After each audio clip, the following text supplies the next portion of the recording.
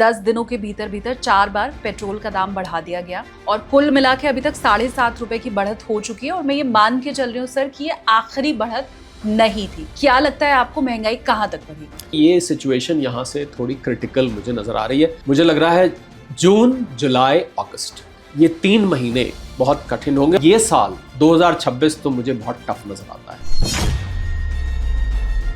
में शायद ही कोई घर होगा जहाँ सीलन नहीं आती। इन्फ्लेशन जो है ये सीलन की तरह है। ये सीलन की तरह धीरे धीरे आपकी जिंदगी में आती जाती है, आपको मालूम नहीं पड़ता है। सरकार को सिर्फ ये कहने की बजाय कि वैश्विक संकट है, मुझे लग रहा है नाउ इज द टाइम कि इसको हम अपनी हेल्पलेसनेस ना बताएं और हम इसका सोल्यूशन ढूंढें। 2025 में तेल कंपनियों को जितना फायदा हुआ है 2025 के अभी इन 2 महीनों में इतना घाटा हो गया है कि 2025 का सारा नफा उनका जो था वो सब जा चुका है। कि जो ऑयल मार्केटिंग कंपनीज हैं इनके सामने ना एक धर्म संकट है। तो ऐसी कंपनी अगर अपनी हेल्थ के बारे में सोचेगी कि पहले 140 करोड़ लोगों की हेल्थ के बारे में सोचेगी। अगर आपके पास हिंदुस्तान पेट्रोलियम, भारत पेट्रोलियम, इंडियन ऑयल के शेयर्स हैं तो कृपया इसको रिवाइंड करके जो मैंने बोला उसको दोबारा सुनो। तो ये इन्फ्लेशन आएगा, मंदी आएगी? मंदी आएगी नहीं, मंदी आ चुकी है। ये जो विकसित कहने वाले देश हैं अपने आप, वहां मंदी आ चुकी है। उनके आंकड़े झूठ है। और जब तक डोनाल्ड ट्रंप है ना, तब तक ये दुनिया खतरनाक मोड़ पे लगातार खड़ी रही। आज जितनी भी दिक्कत भारत में, गैस के सिलेंडर की लाइन में कोई खड़ा है, अगर वो वहां खड़े होकर सोचे मैं आज क्यों लाइन में खड़ा हूं, तो खुदाई करते करते नीचे डोनाल्ड ट्रंप है। जब तक ये व्यक्ति है सत्ता में, आपको हर आर्थिक प्रॉब्लम के रूट में यही दिखाई देगा। क्या ट्रस्ट ऑफ डूइंग बिजनेस खत्म हो चुका था भारत का? जो वॉर के पहले से ही FIIs जा रहे थे, अब भी जा रहे हैं, और भविष्य इसका क्या होगा? जब वो आए थे तो ये शर्त थी कि हम जब मर्जी आएंगे, हम जब मर्जी बेचेंगे, आप हमसे कैपिटल गेन ले लीजिएगा, जो हम मुनाफा कमा रहे हैं उस पर हम टैक्स देंगे, पर आप हमें जाने से थोड़ी ना रोक लेंगे। ये किसी के सगे नहीं है, ये सिर्फ और सिर्फ मुनाफे के सगे। आने वाले 1 से 2 साल में आपको ये वापस यहीं पर आते दिखेंगे। ये सिर्फ इंतजार कर रहे हैं कि हमारी मार्केट फिर से अट्रैक्टिव हो जाए। कि क्या 99, 101, 105 ये क्या सिर्फ एक नंबर है? रुपया जितना गिर रहा है उसको क्या गिरने दिया जाए? क्योंकि इसकी भी एक लिमिट है। रुपए का ज्यादा गिरना आम आदमी के लिए नुकसानदायक है, because we are a import dependent economy. Modi ji ने तो कह दिया है कि अगर संभव है तो अगले 1 साल तक सोना मत खरीदो। मेरे पास फिजिकल गोल्ड नहीं है, लेकिन मैं अगर धीमे धीमे सिप भी कर रही हूँ, मैंने फंड्स भी लिए हैं, तो भी वो कहीं ना कहीं तो सोना खरीदा जा ही रहा है। तो वो करना है या सोने का निवेश भी बंद कर देना है? ज्वेलरी पे फर्क पड़ा, पर निवेश के डिमांड पे शायद उतना फर्क नहीं पड़ा। तो I think gold and silver have got a very very bright future. I can say that very convincing.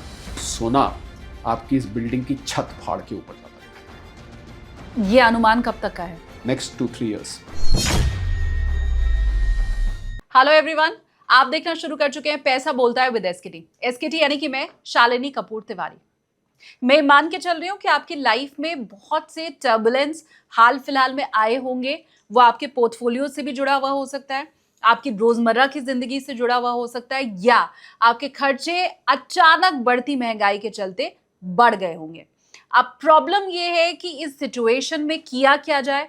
क्या गवर्नमेंट की तरफ से जो पिक्चर दिखाई जा रही है वो बिल्कुल क्लियर है या पर्दे के पीछे कुछ और चल रहा है?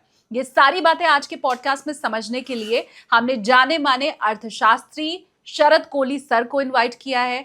उन्होंने न सिर्फ बढ़ती महंगाई के ऊपर हमें क्लियरली इंडिकेशंस दिए हैं, आने वाले समय में मंदी क्या आ रही है ये भी उन्होंने बताया है, आपके पोर्टफोलियो को किधर जाना चाहिए ये उन्होंने बताया है, क्यों गोल्ड लगातार चाइना खरीदता चला जा रहा है इसके बारे में उन्होंने हमें समझाया है, और आगे आने वाले समय में आपका अगला कदम क्या होगा ये इस पूरे पॉडकास्ट को देख के आपको समझ आ जाएगा। आप इसको अगर आधा आधा डिवाइड करेंगे पॉडकास्ट को, तो शुरू का जो पार्ट आपको मिलेगा वो आपकी रोजमर्रा की जिंदगी से जुड़ा हुआ होगा, और आखिर वाला जो आपको भाग मिलेगा वो आपके पोर्टफोलियो से जुड़ा हुआ मिलेगा। कुछ सवाल मेरा पूछना रह गया है, मुझे कमेंट करके आप जरूर बता दीजिएगा, इत्तला कर दीजिएगा किस जगह से बैठ के मेरा ये पॉडकास्ट आप देख रहे हैं, ये भी मुझे आप जरूर बताइएगा। और प्लीज अगर चैनल अभी तक सब्सक्राइब नहीं किया है तो पहले सब्सक्राइब आप कर लीजिएगा, इससे हमारी ताकत और बढ़ती है और आपके लिए और वैल्यूएबल कंटेंट हम लेकर आ पाते हैं। नोटिस हमने यही किया है कि ज्यादातर लोग मेरे रिपोर्ट्स और पॉडकास्ट देखते जरूर हैं, सब्सक्राइब नहीं करते हैं। तो प्लीज डू सब्सक्राइब। और चलिए अब आगे बढ़ते हैं, मिलवाती हूँ आपको शरद कोहली सर से। बहुत स्वागत है सर आपका। Thank you so much. सबसे पहला सवाल तो यही, क्योंकि हमने देखा कि 10 दिनों के भीतर भीतर 4 बार पेट्रोल का दाम बढ़ा दिया गया और कुल मिला के अभी तक 7.5 रुपए की बढ़त हो चुकी है। और मैं ये मान के चल रही हूँ सर कि ये आखिरी बढ़त नहीं थी। कहाँ तक जाएगा मैं नहीं जानती, लेकिन जब मैं आंकड़े चेक कर रही हूँ तो ये मालूम चल रहा है कि थोक महंगाई दर 8.3% बढ़ चुकी है अप्रैल में, और ये बीते 42 महीने का हाईएस्ट है। अब मैं मान के चल रही हूँ सर, अगली बार आपसे बात करूंगी तो ये बीते 60 महीने का हाईएस्ट हो सकती है, 70 महीने का हो सकती है, मैं नहीं जानती। सबसे पहले आपका अनुमान क्या लगता है, आपको महंगाई कहाँ तक बढ़ेगी? देखिए, जो थोक महंगाई होती है, WPI जिसको कहते हैं, वो 8.3 आई जैसे आपने पढ़ा। और WPI में मैन्युफैक्चरिंग का 60% से ज़्यादा हिस्सा होता है क्योंकि थोक महंगाई होती है, मैन्युफैक्चरर्स को कैप्चर करती है। और ये कन्वर्ट हो जाएगा रिटेल में, यानी कि आने वाले 2-3 महीने में आपको ये होलसेल से रिटेल पर आती हुई दिख जाती है। एक नॉर्मल इकोनॉमिक ट्रेंड होता है। तो मुझे लग रहा है कि महंगाई को आग दिखाई है ये जो 7.5 रुपये की आपने इसकी बात करी, क्योंकि अभी तो शालिनी जो महंगाई का पूरा असर है 8.3 में, अभी ये फ्यूल प्राइस हाइक अभी उसमें नहीं आई है, क्योंकि ये तो पहले ही इतना आ गया था। शायद शुरू वाली आई होगी ज़्यादा, वो भी आधी पौनी आई होगी, पूरी आपको अब दिखेगी। मुझे लग रहा है कि खतरे की घंटी आम आदमी के लिए। और जो भी चीज़ आप खरीदते हैं, आपकी ग्रोसरीज हो गई, दूध तो आपने पहले ही देखा महंगा हो चुका है, और खाने पीने का सामान, फ्रूट्स, वेजिटेबल्स, सब कुछ। और अब तो आने जाने का किराया भी बढ़ने वाला है। और ख़ासकर मुझे जो ज़्यादा चिंता है शालिनी, वो डीजल से है, क्योंकि डीजल इस्तेमाल होता है आवाजाही में, ढुलाई जिसको कहते हैं, फ्रेट में। तो जैसे ही डीजल बढ़ता है तो आपकी हर चीज़ जो आप इस्तेमाल करते हैं, यहाँ तक कि आप घर में एक छोटा सा टीवी खरीद के ला रहे हैं, फ्रिज खरीद के ला रहे हैं, वो भी महंगा मिलेगा, क्योंकि जो चीज़ एक जगह से दूसरी जगह जा रही है वो महंगी होने वाली है, इसमें कोई दो राय नहीं है। और आपने देखा कि कैब वाले हल्ला मचा रहे हैं, CNG बढ़ चुकी है। तो आई थिंक सरकार को, मुझे लग रहा है अब समय है कि सरकार को इसमें इंटरवीन करना चाहिए, क्योंकि एक नैरेटिव तो ये है कि भाई वैश्विक हालात हैं, सारी दुनिया में हो रहा है, पर भारत का जो आम आदमी है, जो ज़्यादातर आदमी है, आपको याद होगा आपकी पॉडकास्ट में मैंने एक बार एक डेटा दिया था कि 90% लोग यहाँ 25,000 रुपये महीने से कम कमाते हैं। मात्र 10% लोग, यानी कि 140 करोड़ अगर हम गिने, तो उसमें से मात्र 14 करोड़ लोग 25,000 रुपये से ज़्यादा कमाते हैं। ये बात अलग है कि किसी घर में 2 कमाने वाले हैं तो 25-50 हो गया, वो अलग बात है। पर अगर हम पर कैपिटा इसको लें तो बहुत ही स्टार्टलिंग ये आंकड़ा है, बहुत रिवीलिंग आंकड़ा है ये, और थोड़ा सा डराने वाला आंकड़ा है।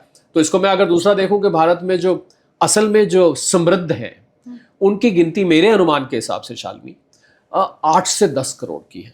दिल्ली, मुंबई, बेंगलुरु, चेन्नई, कोलकाता, कुछ टियर 2 सिटीज़ ले लीजिए, जयपुर, इंदौर, चंडीगढ़ वगैरह वगैरह वगैरह, उनको हम ले लेते हैं। कुछ टियर 3 सिटीज़ ले लीजिए। इसके अलावा आप छोड़ दीजिए तो ये 8-10 करोड़ लोग इन जगहों पर रहते हैं और यही समृद्ध है। इनके अलावा बाकी जितने भी लोग हैं, उनको हम अंग्रेज़ी में शब्द इस्तेमाल करते हैं वल्नरेबल। वो बहुत ही सेंसिटिव है इस प्राइस इंक्रीज़ के। और हमने अपने ऑफिस में एक एम्प्लॉय लिया सैम्पल के लिए, आपने जो बात कही उसी की बात है। हमने उसकी तनख्वाह ली और 35,000 रुपये उसकी तनख्वाह थी। हमने उसको एज ए केस स्टडी बनाया, और केस स्टडी बना के हमने उससे पूछा कि भाई तुम मुझे बताओ कि तुम 35,000 रुपये को किस तरीके से महीने में खर्च करते हो। उसने मुझे पूरी लिस्ट बना के दे दी, दूध पे इतना, बच्चों की फीस पे इतना। और ये वो व्यक्ति है शालिनी जिसके पास ना अभी बाइक है, ना स्कूटर है, ना कार है। तो अभी पेट्रोल डीजल की यहाँ सीधी मार नहीं है, मतलब आप पेट्रोल पंप पे जाके जो महंगाई है वो नहीं है। तो उसने जब पूरी लिस्ट हमें बना के दी, दूध पे कितना, किराए पे कितना, सब्जी पे कितना, गैस के सिलेंडर पे कितना, वगैरह वगैरह, तो हमने क्या किया कि जो होलसेल प्राइस इंडेक्स थी उसको हमने एडवांस, अभी तो आए नहीं है, कन्वर्ट नहीं हुए, हमने उसको CPI में कन्वर्ट किया। और हमारी टीम ने उसको क्या किया कि जो पेट्रोल डीजल की हाइक हुई है 7.5 रुपये की, जिसका आप जिक्र कर रही थी, उसको भी हमने महंगाई में कन्वर्ट किया, क्योंकि उसका जो कैस्केडिंग इफेक्ट होता है, जो रिपलिंग इफेक्ट होता है, क्योंकि डीजल पास ऑन होता है।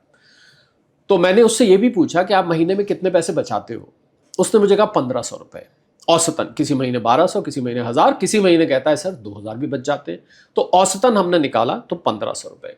अब जब हमने ये पेट्रोल डीजल की प्राइस को सारे सामान पर कन्वर्ट किया, हमने होलसेल प्राइस इंडेक्स को रिटेल में कन्वर्ट किया, खुदरा महंगाई दर जिसको कहते हैं, तो उसके पास अब बचते थे 250 रुपये, यानी कि 1500 रुपये से उसकी सेविंग घट के रह गई 250 रुपये की। तो इसका अर्थ है हुआ, और उसने ये भी कहा, कहता है सर किसी किसी महीने ये भी होता है कि कोई अचानक खर्च आ जाता है, कहते हैं ये तो वो खर्च है जो मेरा रूटीन में खर्च हो जाता है।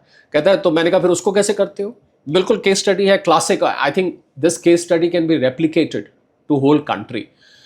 तो मैंने कहा वो जो आ जाता है तब क्या करते हो? कहते सर अगर ऑफिस से एडवांस मिल जाता है तो ठीक है, अगर ऑफिस से लोन मिल जाता है तो ठीक है। मैंने कहा नहीं तो क्या करते हो? मान लो ऑफिस लोन नहीं देता, फिर क्या करते हो?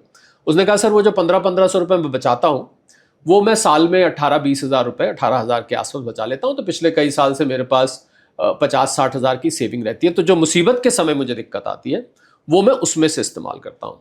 अब दिक्कत क्या हुई, अब जब ये पूरी महंगाई दर में समा जाएगा ये पेट्रोल डीजल की हाइक, और अभी ये व्यक्ति बाइक नहीं इस्तेमाल करता है, तो आप सोचिए कि उसका 250 रुपये महीना बचेगा। तो जो उसका इमरजेंसी फंड था, उसके परिवार का 2 बच्चे हैं, ग्रोन अप बच्चे हैं, एक लड़की है 15-16 साल की, लड़का है करीब 20 साल के आसपास, 19-20 साल का।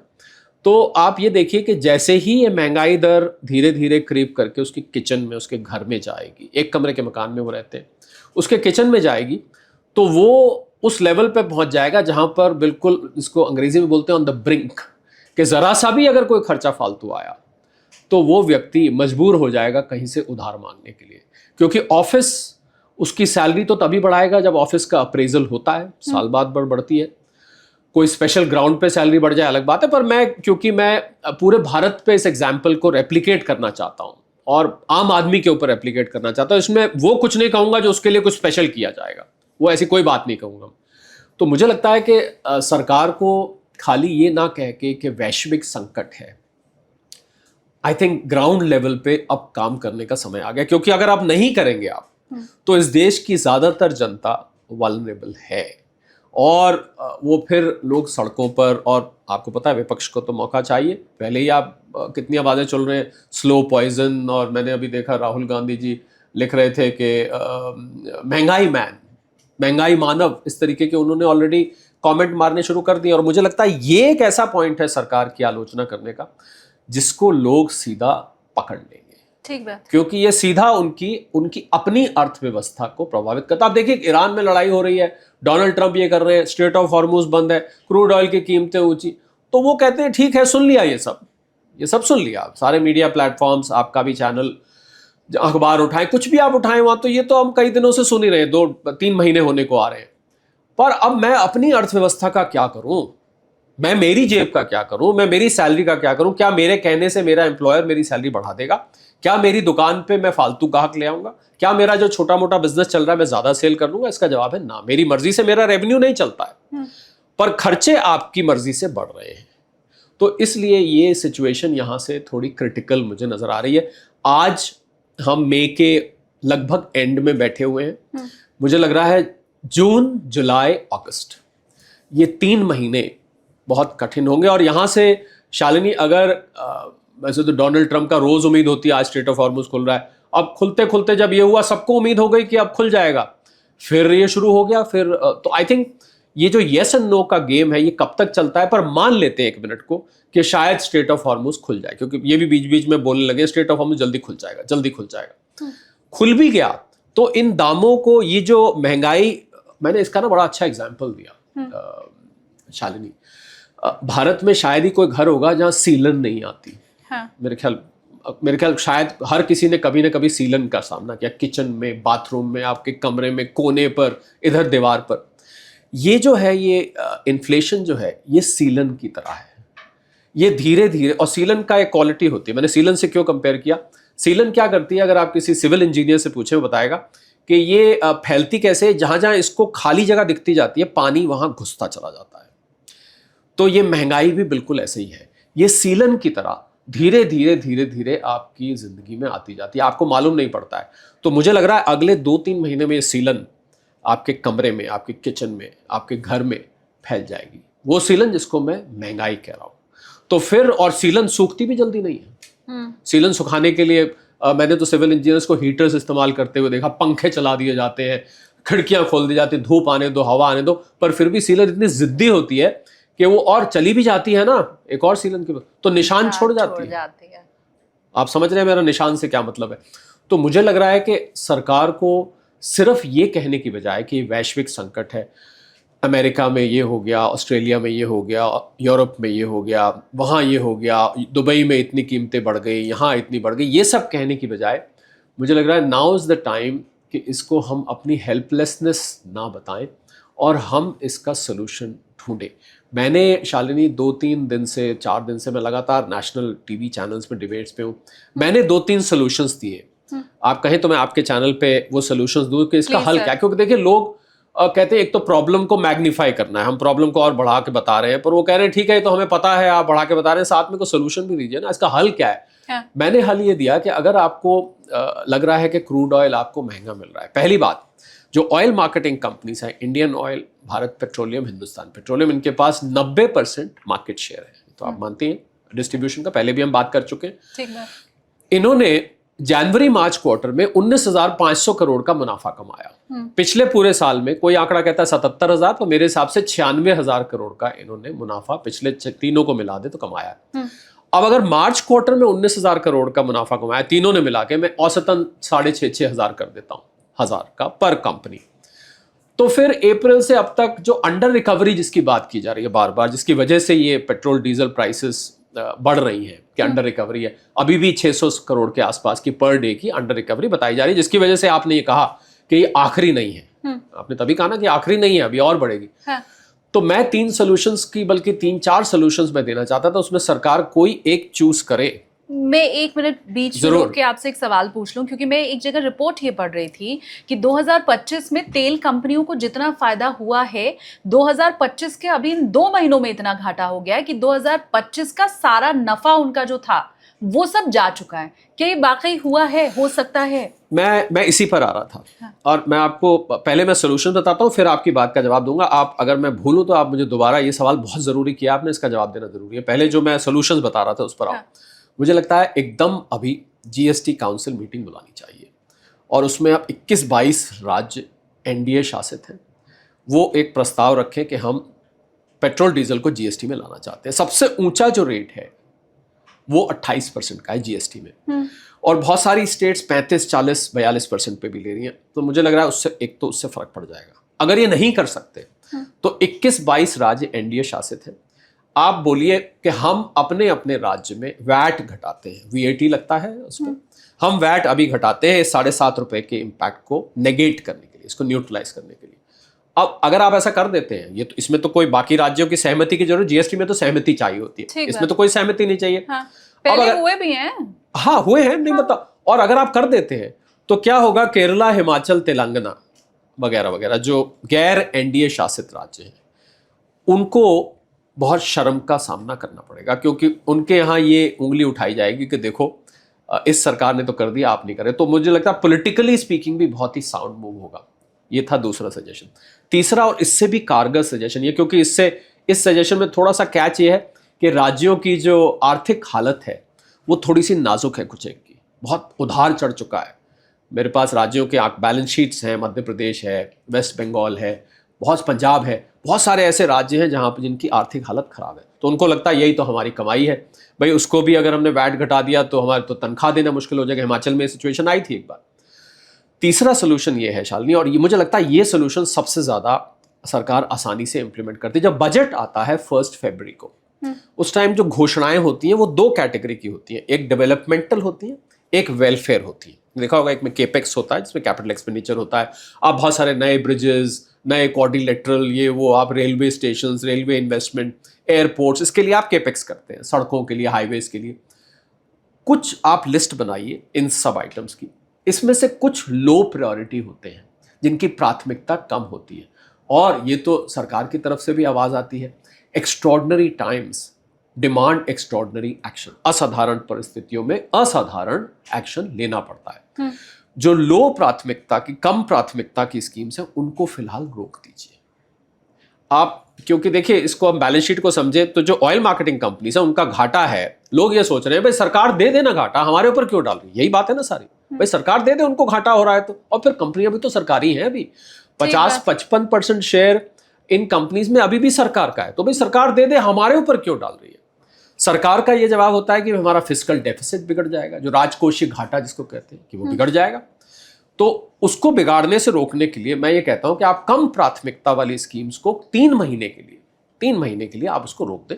उसमें जो पैसा जा रहा है उस पैसे को आप इधर इस्तेमाल कर लें और आप लोगों से 7.5 रुपए की जो बढ़ोतरी है इसको वापस ले लें। उन ऑयल मार्केटिंग कंपनीज को आप पैसा दे दें। तो ये और एक इंटरेस्टिंग बात आपको बताऊं शालिनी, इसमें आपके उस सवाल पे जवाब आने से पहले, कि जो ऑयल मार्केटिंग कंपनीज हैं इनके सामने ना एक धर्म संकट है। अब पूछिए क्या धर्म संकट है? तीनों की तीनों स्टॉक मार्केट में लिस्टेड है। स्टॉक मार्केट में जो कंपनी लिस्टेड होती है, मुझे बताइए, आप तो बिजनेस जर्नलिस्ट भी हैं, मुझे बताइए कि स्टॉक मार्केट में लिस्टेड कंपनी का उद्देश्य क्या रहता है? कि मेरा मुनाफा निवेशकों के पॉइंट ऑफ व्यू से कि डिविडेंड ज्यादा से ज्यादा मिले, और इन्होंने डिविडेंड दिया पिछले साल, बहुत अच्छा खासा डिविडेंड दिया। उस डिविडेंड की हकदार 55% तो सरकार थी, बाकी रिटेल निवेशक थी। मैं बहुत सारे ऐसे लोगों को जानता हूं जिनके पास इन तीनों कंपनीज के शेयर्स हैं। तो क्या एक तो डिविडेंड ज्यादा देने का रहता है और एक रहता है कि निवेशकों का जो पैसा है वो बढ़े, यही रहता है ना। अब मुझे आप बताइए कि जब आप इनको कीमत बढ़ाने से रोकते हैं कि अभी मत बढ़ाओ, इलेक्शन है, बहुत सारे उसमें पॉलिटिकल सामने नहीं आती बात, पर आप पता लग जाता है कि अभी नहीं बढ़ रहे, तो आप जब इनको कीमत बढ़ाने से रोकते हैं तो आप इनका मुनाफा रोकने की कोशिश करते हैं। हाँ।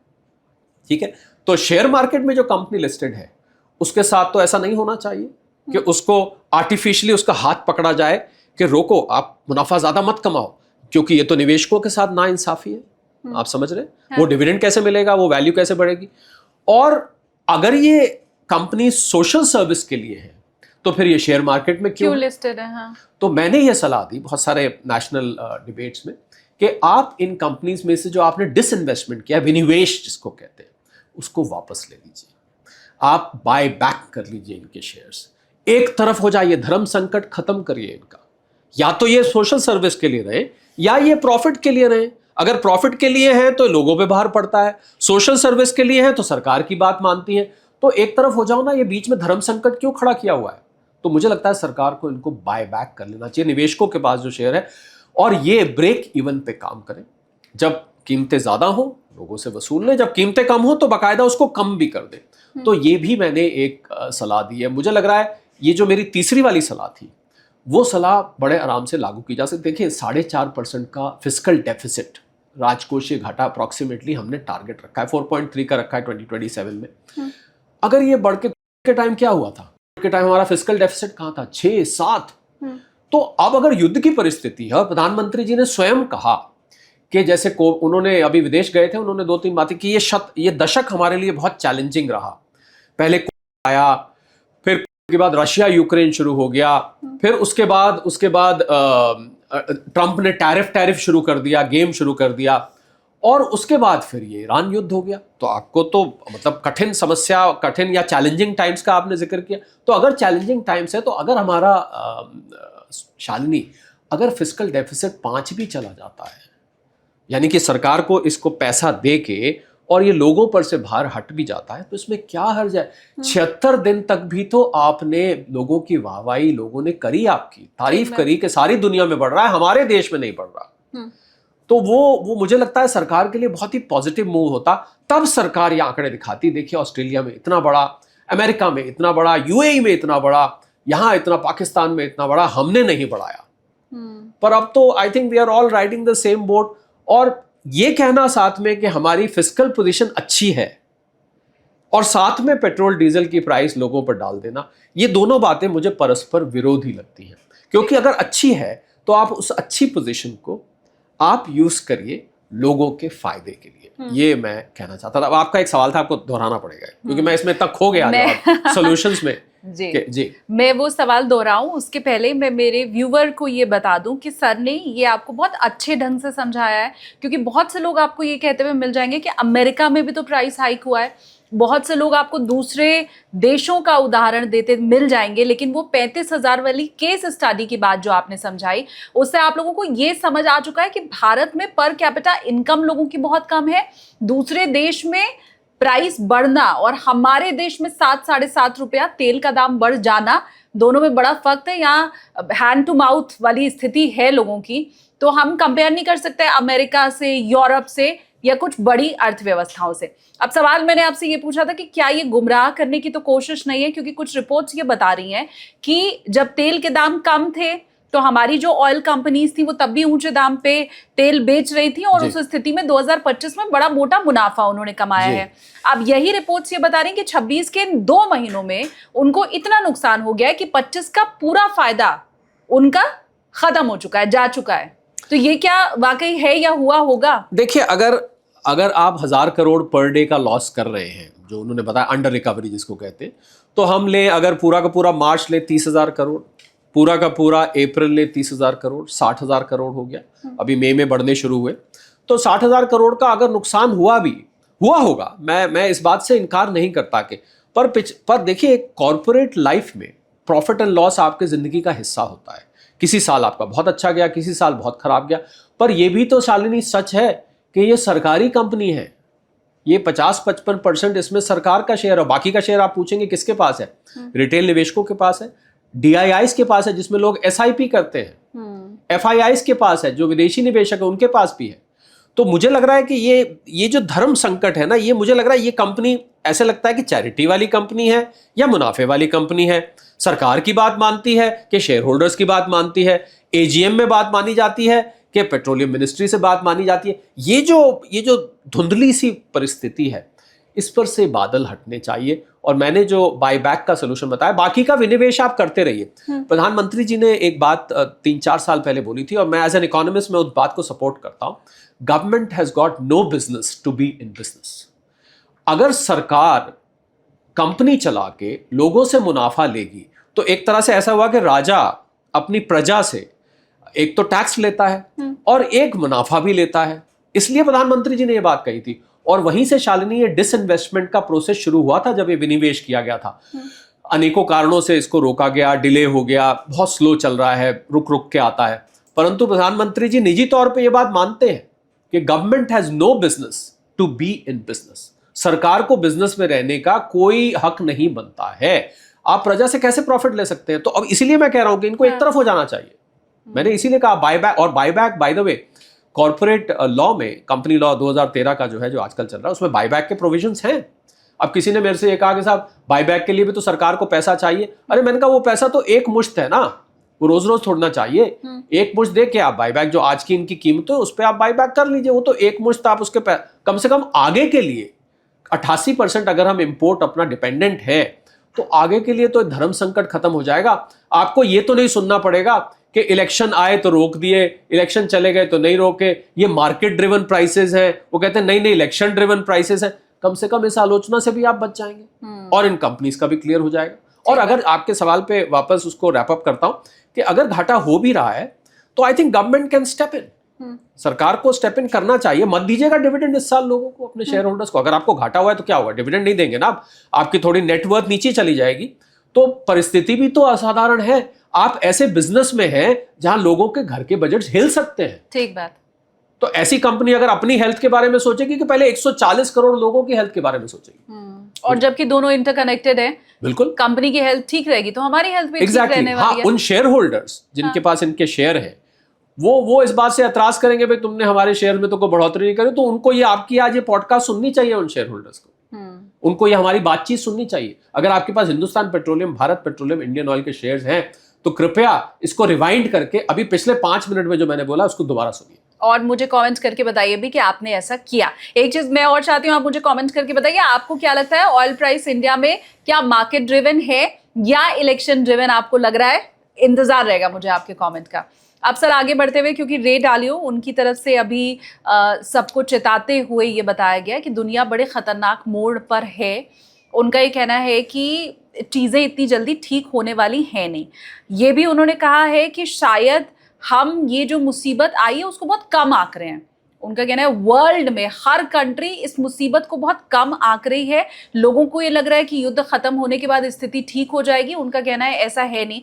अब जब भी ऐसा कोई स्टेटमेंट में देखती हूँ तो मुझे सबसे पहले आपकी बात याद आती है, जो आपने मेरे ही पॉडकास्ट में आज नहीं, आज के 6 महीने पहले बोल दिया था कि आपको लग रहा है 26 में मंदी आएगी।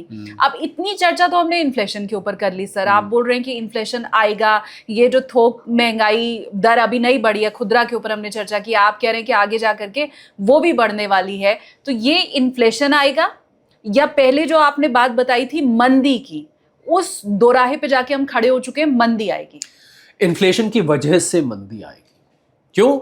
इसको अगर जो लोग इकोनॉमिक्स का शौक रखते हैं, समझना चाहते हैं छोटे छोटे इकोनॉमिक्स के कॉन्सेप्ट को कि किससे क्या होता है, तो इन्फ्लेशन क्या करता है कि, और भारतीय अर्थव्यवस्था 55 से 60% कंजम्पशन से बनती है। आपको पहले भी बताया था, आप और हम जाके सामान खरीदते हैं, सर्विसेज लेते हैं, तो जो अर्थव्यवस्था कंजम्पशन से बनती है, आप सोचिए अगर रेट बढ़ गए तो अब मैंने उसी ऑफिस वाले से ये सवाल पूछा है, आपके सवाल का जवाब इसमें, वो कहता है कि हम रोज आधा लीटर दूध लेते हैं।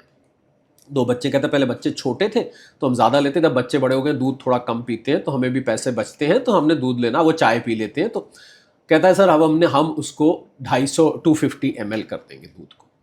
तो इन्फ्लेशन क्या करता है कि इन्फ्लेशन आपको कम सामान खरीदवाता है, पैसे वो आपके उतने ही देते हैं, पैसे ज्यादा देते हैं, सामान कम आना शुरू हो जाता है। तो आप क्या करते हैं कि सामान को कम खरीदा, क्योंकि आपके पास तो पैसे उतने ही हैं, तो अब आप कम सामान लेकर आते हैं। तो देखिए उतने ही पैसे में अगर कम सामान आएगा तो एक श्रिंकफ्लेशन आपने सुना होगा, जो छोटी पैकेजिंग छोटी हो जाती है। हाँ। तो आप अब जब कंपनी कम सामान बनाएगी तो दुकानदार पे, अब मैं इसको सिलसिलेवार तरीके से बताता हूँ, उसने दूध कहा कि मैं 250 ml लाऊंगा, सब लोग मान लीजिए ऐसा निर्णय लेते हैं, तो जहां से दूध लेते हैं पीछे मैसेज जाएगा कि भाई दूध कम चाहिए, होलसेलर कहेगा दूध कम चाहिए, स्टॉकिस्ट कहेगा दूध कम चाहिए, जहां डेयरी पेस्चराइजेशन प्लांट जो है वहां मैसेज जाएगा अब दूध कम चाहिए। ये सभी चीज़ों पे लागू होता है। तो क्या होता है कि फैक्ट्रीज में कैपेसिटी बढ़ जाती है और ऑपरेशनल कैपेसिटी कम हो जाती है। और मान लीजिए कहीं 500 आदमी काम करते हैं, तो फैक्ट्री का मालिक बोलता है भाई पहले हम 5 टन माल देते थे, अब तो आगे से डिमांड ही 3 टन की आ रही है, तो 2 टन तो अब हमें ज़रूरत नहीं है, तो ऐसा करो कि 4 मशीनें 10 में से आप बंद कर दो। लोगों की नौकरियां गई, जब फैक्ट्री पूरी नहीं चल रही नौकरी जाती है। तो इन्फ्लेशन क्या करता है, इन्फ्लेशन डिमांड को घटाता है और फैक्ट्री की स्पेयर कैपेसिटी क्रिएट कर देता है, जिससे नौकरियां जाती हैं। नौकरियां जाती हैं तो मंदी आती है, नौकरियां जाती हैं तो परचेजिंग पावर कम होगी। अब नौकरी नहीं है तो कहां से आप सामान, परचेजिंग पावर कम होगी और ज्यादा डिमांड गिरेगी। तो एक विशियस सर्कल में इकोनॉमी धीरे धीरे करके फंसती जाती है और जीडीपी की रफ्तार फिर शालिनी धीरे धीरे करके स्लो हो जाती है, इतनी स्लो हो जाती है कि वो मंदी की तरफ आपको लेके जाती है। तो मंदी आएगी, मैंने तो कहा था जब युद्ध का कहीं अभी नाम निशान नहीं था, जब ट्रम्प साहब टैरिफ में बिजी थे, टैरिफ का गेम खेल रहे थे, अब तो टैरिफ से हटके वो इस पे आ गए। तो मुझे लग रहा है कि मंदी आएगी नहीं, मंदी आ चुकी है। हमारे देश में मंदी पूरी तरीके से ना आई हो क्योंकि हम 6-7% पे ग्रो कर रहे थे, पर ये जो विकसित कहने वाले देश हैं अपने आप को, आपकी पिछली पॉडकास्ट में मैंने ये बात बताई थी, वहां मंदी आ चुकी है।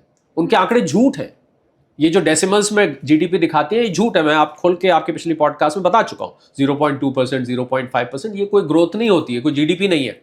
ये सिर्फ अपने आप को पॉजिटिव रखने की कोशिश की जा रही है, अपने आप को मंदी में ना दिखाने की कोशिश की जा रही है। हकीकत में मंदी आ चुकी है और जब तक डोनाल्ड ट्रंप है ना, तब तक ये दुनिया खतरनाक मोड़ पे लगातार खड़ी रहेगी। ये शख्स दुनिया को चैन से नहीं बैठे। एक शख्स की वजह से तो आज शालिनी हम इतनी बात कर रहे हैं। आप देखिए ना, आप प्रॉब्लम को खोदते जाइए, खोदते नीचे डोनाल्ड ट्रंप निकल आएंगे।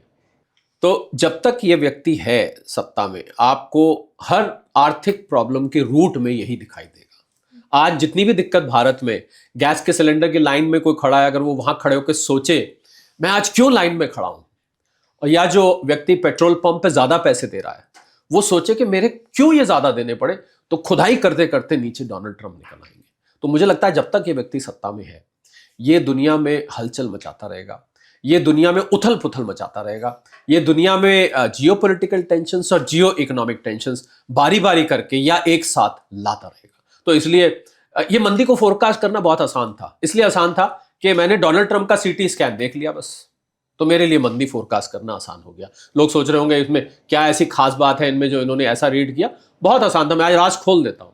मैंने सिर्फ डोनाल्ड ट्रंप का दिमाग पढ़ा और मुझे लगा ये व्यक्ति चैन से नहीं बैठेगा और ना ये बैठने देगा। और देखिए एग्जैक्टली वैसा ही हो रहा है जियोपॉलिटिकल लेवल पे और जियो इकोनॉमिक लेवल पे। पर ये आदमी अभी अगले 2.5 साल और कुर्सी पे रहने वाला है, तो फिर उसके लिए आपका क्या प्रेडिक्शन है? That's a trillion dollar question. पहले बोलते थे मिलियन डॉलर क्वेश्चन, फिर बोलते थे बिलियन डॉलर क्वेश्चन। वो आउटडेट हो चुके, महंगाई इतनी बढ़ गई, अब ट्रिलियन डॉलर क्वेश्चन हो गया है। By the way, trillion dollar से आपको मैं पॉडकास्ट में एक इंटरेस्टिंग बात बताऊंगा। दुनिया का पहला ट्रिलियनियर बनने जा रहा है, उसके बारे में अगर आपको ठीक लगे तो चर्चा करिएगा। पहला, दुनिया में पहली बार एक व्यक्ति जिसके पास 96 लाख करोड़ से ज्यादा नेटवर्थ होगी, उसके बारे में चर्चा करेंगे।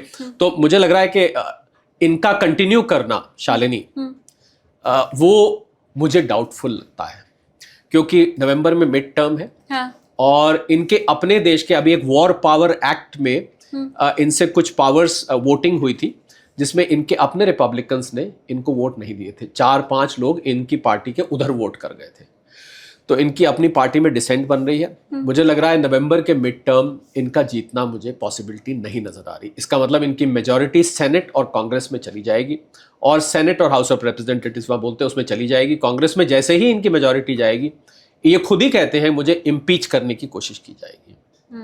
And he is a very bad loser. वो क्रिकेट होता था ना सड़क पे, मुझे याद है हम छोटे होते थे, तो एक कोई होता था बहुत, हम तो छोटे होते थे, एक कोई होता था बहुत लंबा चौड़ा, तो उसको बैटिंग करवाते थे, पहले आके बैटिंग कर लेता था, फिर जब उसको बॉलिंग करते थे आउट हो जाता था। मैं तो नहीं आउट हुआ, वो हिलता नहीं था अपनी जगह से। किसने कह दिया मैं आउट हुआ? और वो 2 बार 3 बार बार बार आउट होता था, पर वो मानता नहीं था। So he was we used to call him bad loser.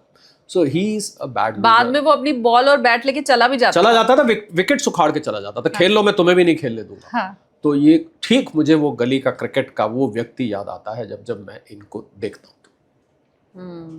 लेकिन ये आपको उम्मीद है कि अब जो मिड टर्म इलेक्शन है वहां पे रोक दिया जाएगा? मुझे लगता है कि जाएगा, और अगर ये बने रहे 2.5 साल, हाँ, तो फिर तो भगवान मालिक है। बिल्कुल बिल्कुल, क्योंकि मुझे लगता है फिर ये मंदी और गहराएगी।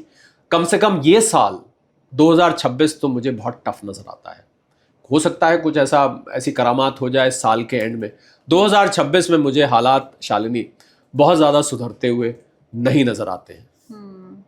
मैं एक चीज़ और आपसे समझना चाहती हूँ सर, क्योंकि ये वॉर स्टार्ट हो गई, आपने कहा कि ट्रम्प को प्रिडिक्ट करना इजी था, अब आप कह रहे हैं 26 बहुत मुश्किल रहेगा।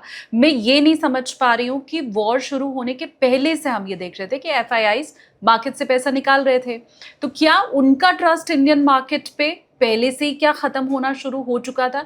एक आम दिमाग और समझ मेरी ये कहती है कि आगे बढ़ने के लिए आपको इन्वेस्टमेंट चाहिए होता है, और FIIs तो मतलब पिछला सारा आंकड़ा तोड़ते हुए, रिकॉर्ड तोड़ते हुए पैसा निकालते ही चले जा रहे हैं। अच्छा, साउथ कोरिया ने तो बहरहाल पूरे मैं कहूँगी कि वर्ल्ड में सबको पिछाड़ दिया है, पर ताइवान जैसी कंट्री हमसे आगे निकल रही है।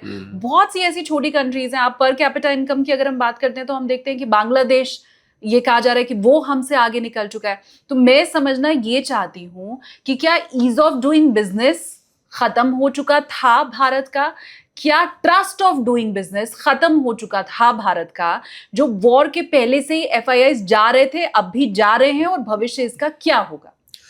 पहले तो मुझे FIIs पे आता हूँ, क्योंकि डोनाल्ड ट्रंप के दिमाग को जब मैं पढ़ने को कहा तो मुझे याद आया, किसी ने मुझसे कहा था कि आप तो कहते थे इनका कुछ पता नहीं लगता, सुबह क्या करेंगे, दोपहर को क्या करेंगे, रात को करेंगे। आप कह रहे हैं आपने इनका दिमाग पढ़ लिया। ये कॉन्ट्रडिक्शन नहीं हुआ? आपने पूछा ही नहीं मेरे से ये बात तो कि भाई आप तो कहते थे कि इनके दिमाग को कोई पढ़ नहीं सकता।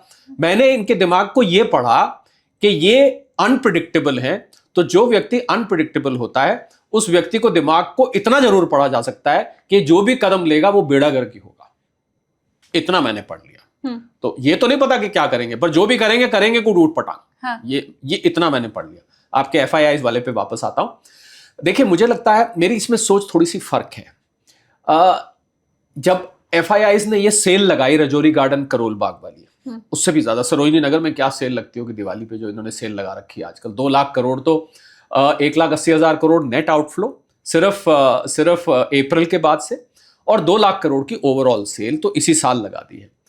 तो देखिए, 25% इनका भारतीय स्टॉक मार्केट में हिस्सा था। ये जब सितंबर 24 से पहले की मैं बात कर रहा हूं। आज ये हिस्सा घट के, शालिनी, 15-16% आ चुका है। यानी कि भारतीय कंपनियों में विदेशी संस्थागत निवेशकों का हिस्सा अब घट के 15-16% आ चुका है। अब इसको मैं कैसे देखता हूं, क्योंकि मुझे स्टॉक मार्केट्स फॉलो करते हुए दुनिया भर की करीब 35 साल हो चुके हैं, तो मैं इसको कैसे देखता हूं। होता क्या था पहले कि जिस दिन ये विदेशी आए उस दिन मार्केट खुश हो जाती थी, अरे वाह आज तो बाइंग आ गई आज भी करो। जिस दिन ये बेचते थे उस दिन हमारे जो लोकल ऑपरेटर्स इन्वेस्टर्स होते थे वो रोते थे, आज ये बेच के जा रहे हैं, अब तो मार्केट नीचे जाएगी। मुझे लगता है शालिनी के मार्केट को किसी पॉइंट पर आत्मनिर्भर बनना जरूरी था, और मैं इसको मैच्योरिंग ऑफ द मार्केट, क्योंकि जिस रफ्तार से शालिनी आप बिजनेस जर्नलिस्ट हैं, आई थिंक आपको इसमें सच बताना ही पड़ेगा कि जिस रफ्तार से इन्होंने माल बेचा है। हमने निफ्टी को कैलकुलेट किया, मैं निफ्टी हम लोग ज़्यादा फॉलो करते हैं, सेंसेक्स थोड़ी सी आउटडेट हो चुकी है, उसमें 30 शेयर होते हैं, इसमें 50 होते हैं। निफ्टी को उस हिसाब से जो इन्होंने बिकवाली करी है, जो मैंने कहा रजौरी गार्डन, करोल बाग, सरोजनी नगर वाली इन्होंने सेल लगाई है, उस हिसाब से निफ्टी को 12,000 पे होना चाहिए था।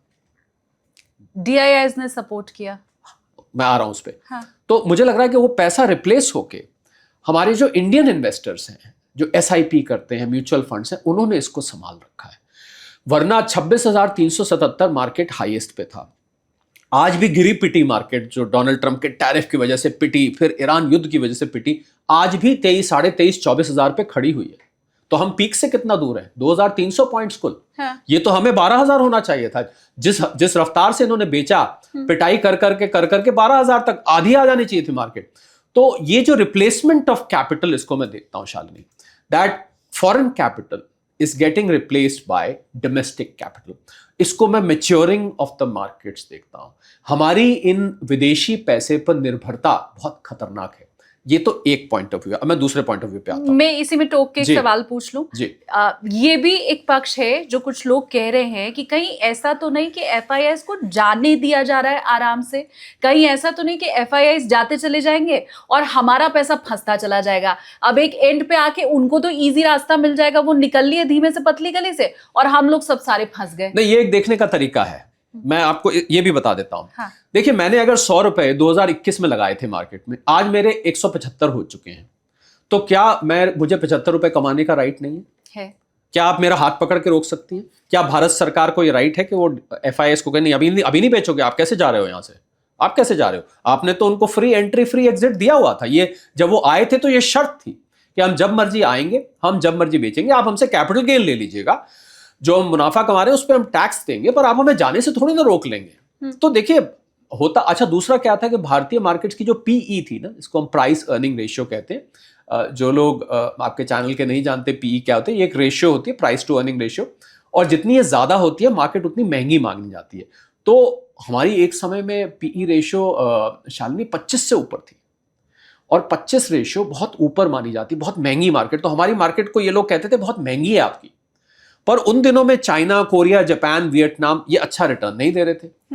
अब हमारी मार्केट इनके बेचने से PE हमारी धीरे धीरे नीचे आई है, हमारी मार्केट अब सस्ती हुई है, परंतु इनका जब तक प्रॉफिट हो चुका था तो इन्होंने प्रॉफिट बुक करके। और देखिए, आप जब मार्केट में शॉपिंग करने जाते हैं, मुझे बताइए आप, और मैंने फीमेल्स में बहुत देखा, with no offences to females, आप 4 दुकान पूछते हैं कि नहीं पूछते हैं? भाई कहाँ सस्ता है, यहां सस्ता है, भाई पड़ोस वाली दुकान वाला तो इतने का दे रहा है, आप इतने का दे रहे हो। क्या एज ए कस्टमर मुझे ये राइट नहीं है कि मैं सस्ती मार्केट चूज करूं? और किसी ने ये इल्जाम लगाया कि सस्ती मार्केट, भारत की मार्केट महंगी क्यों थी?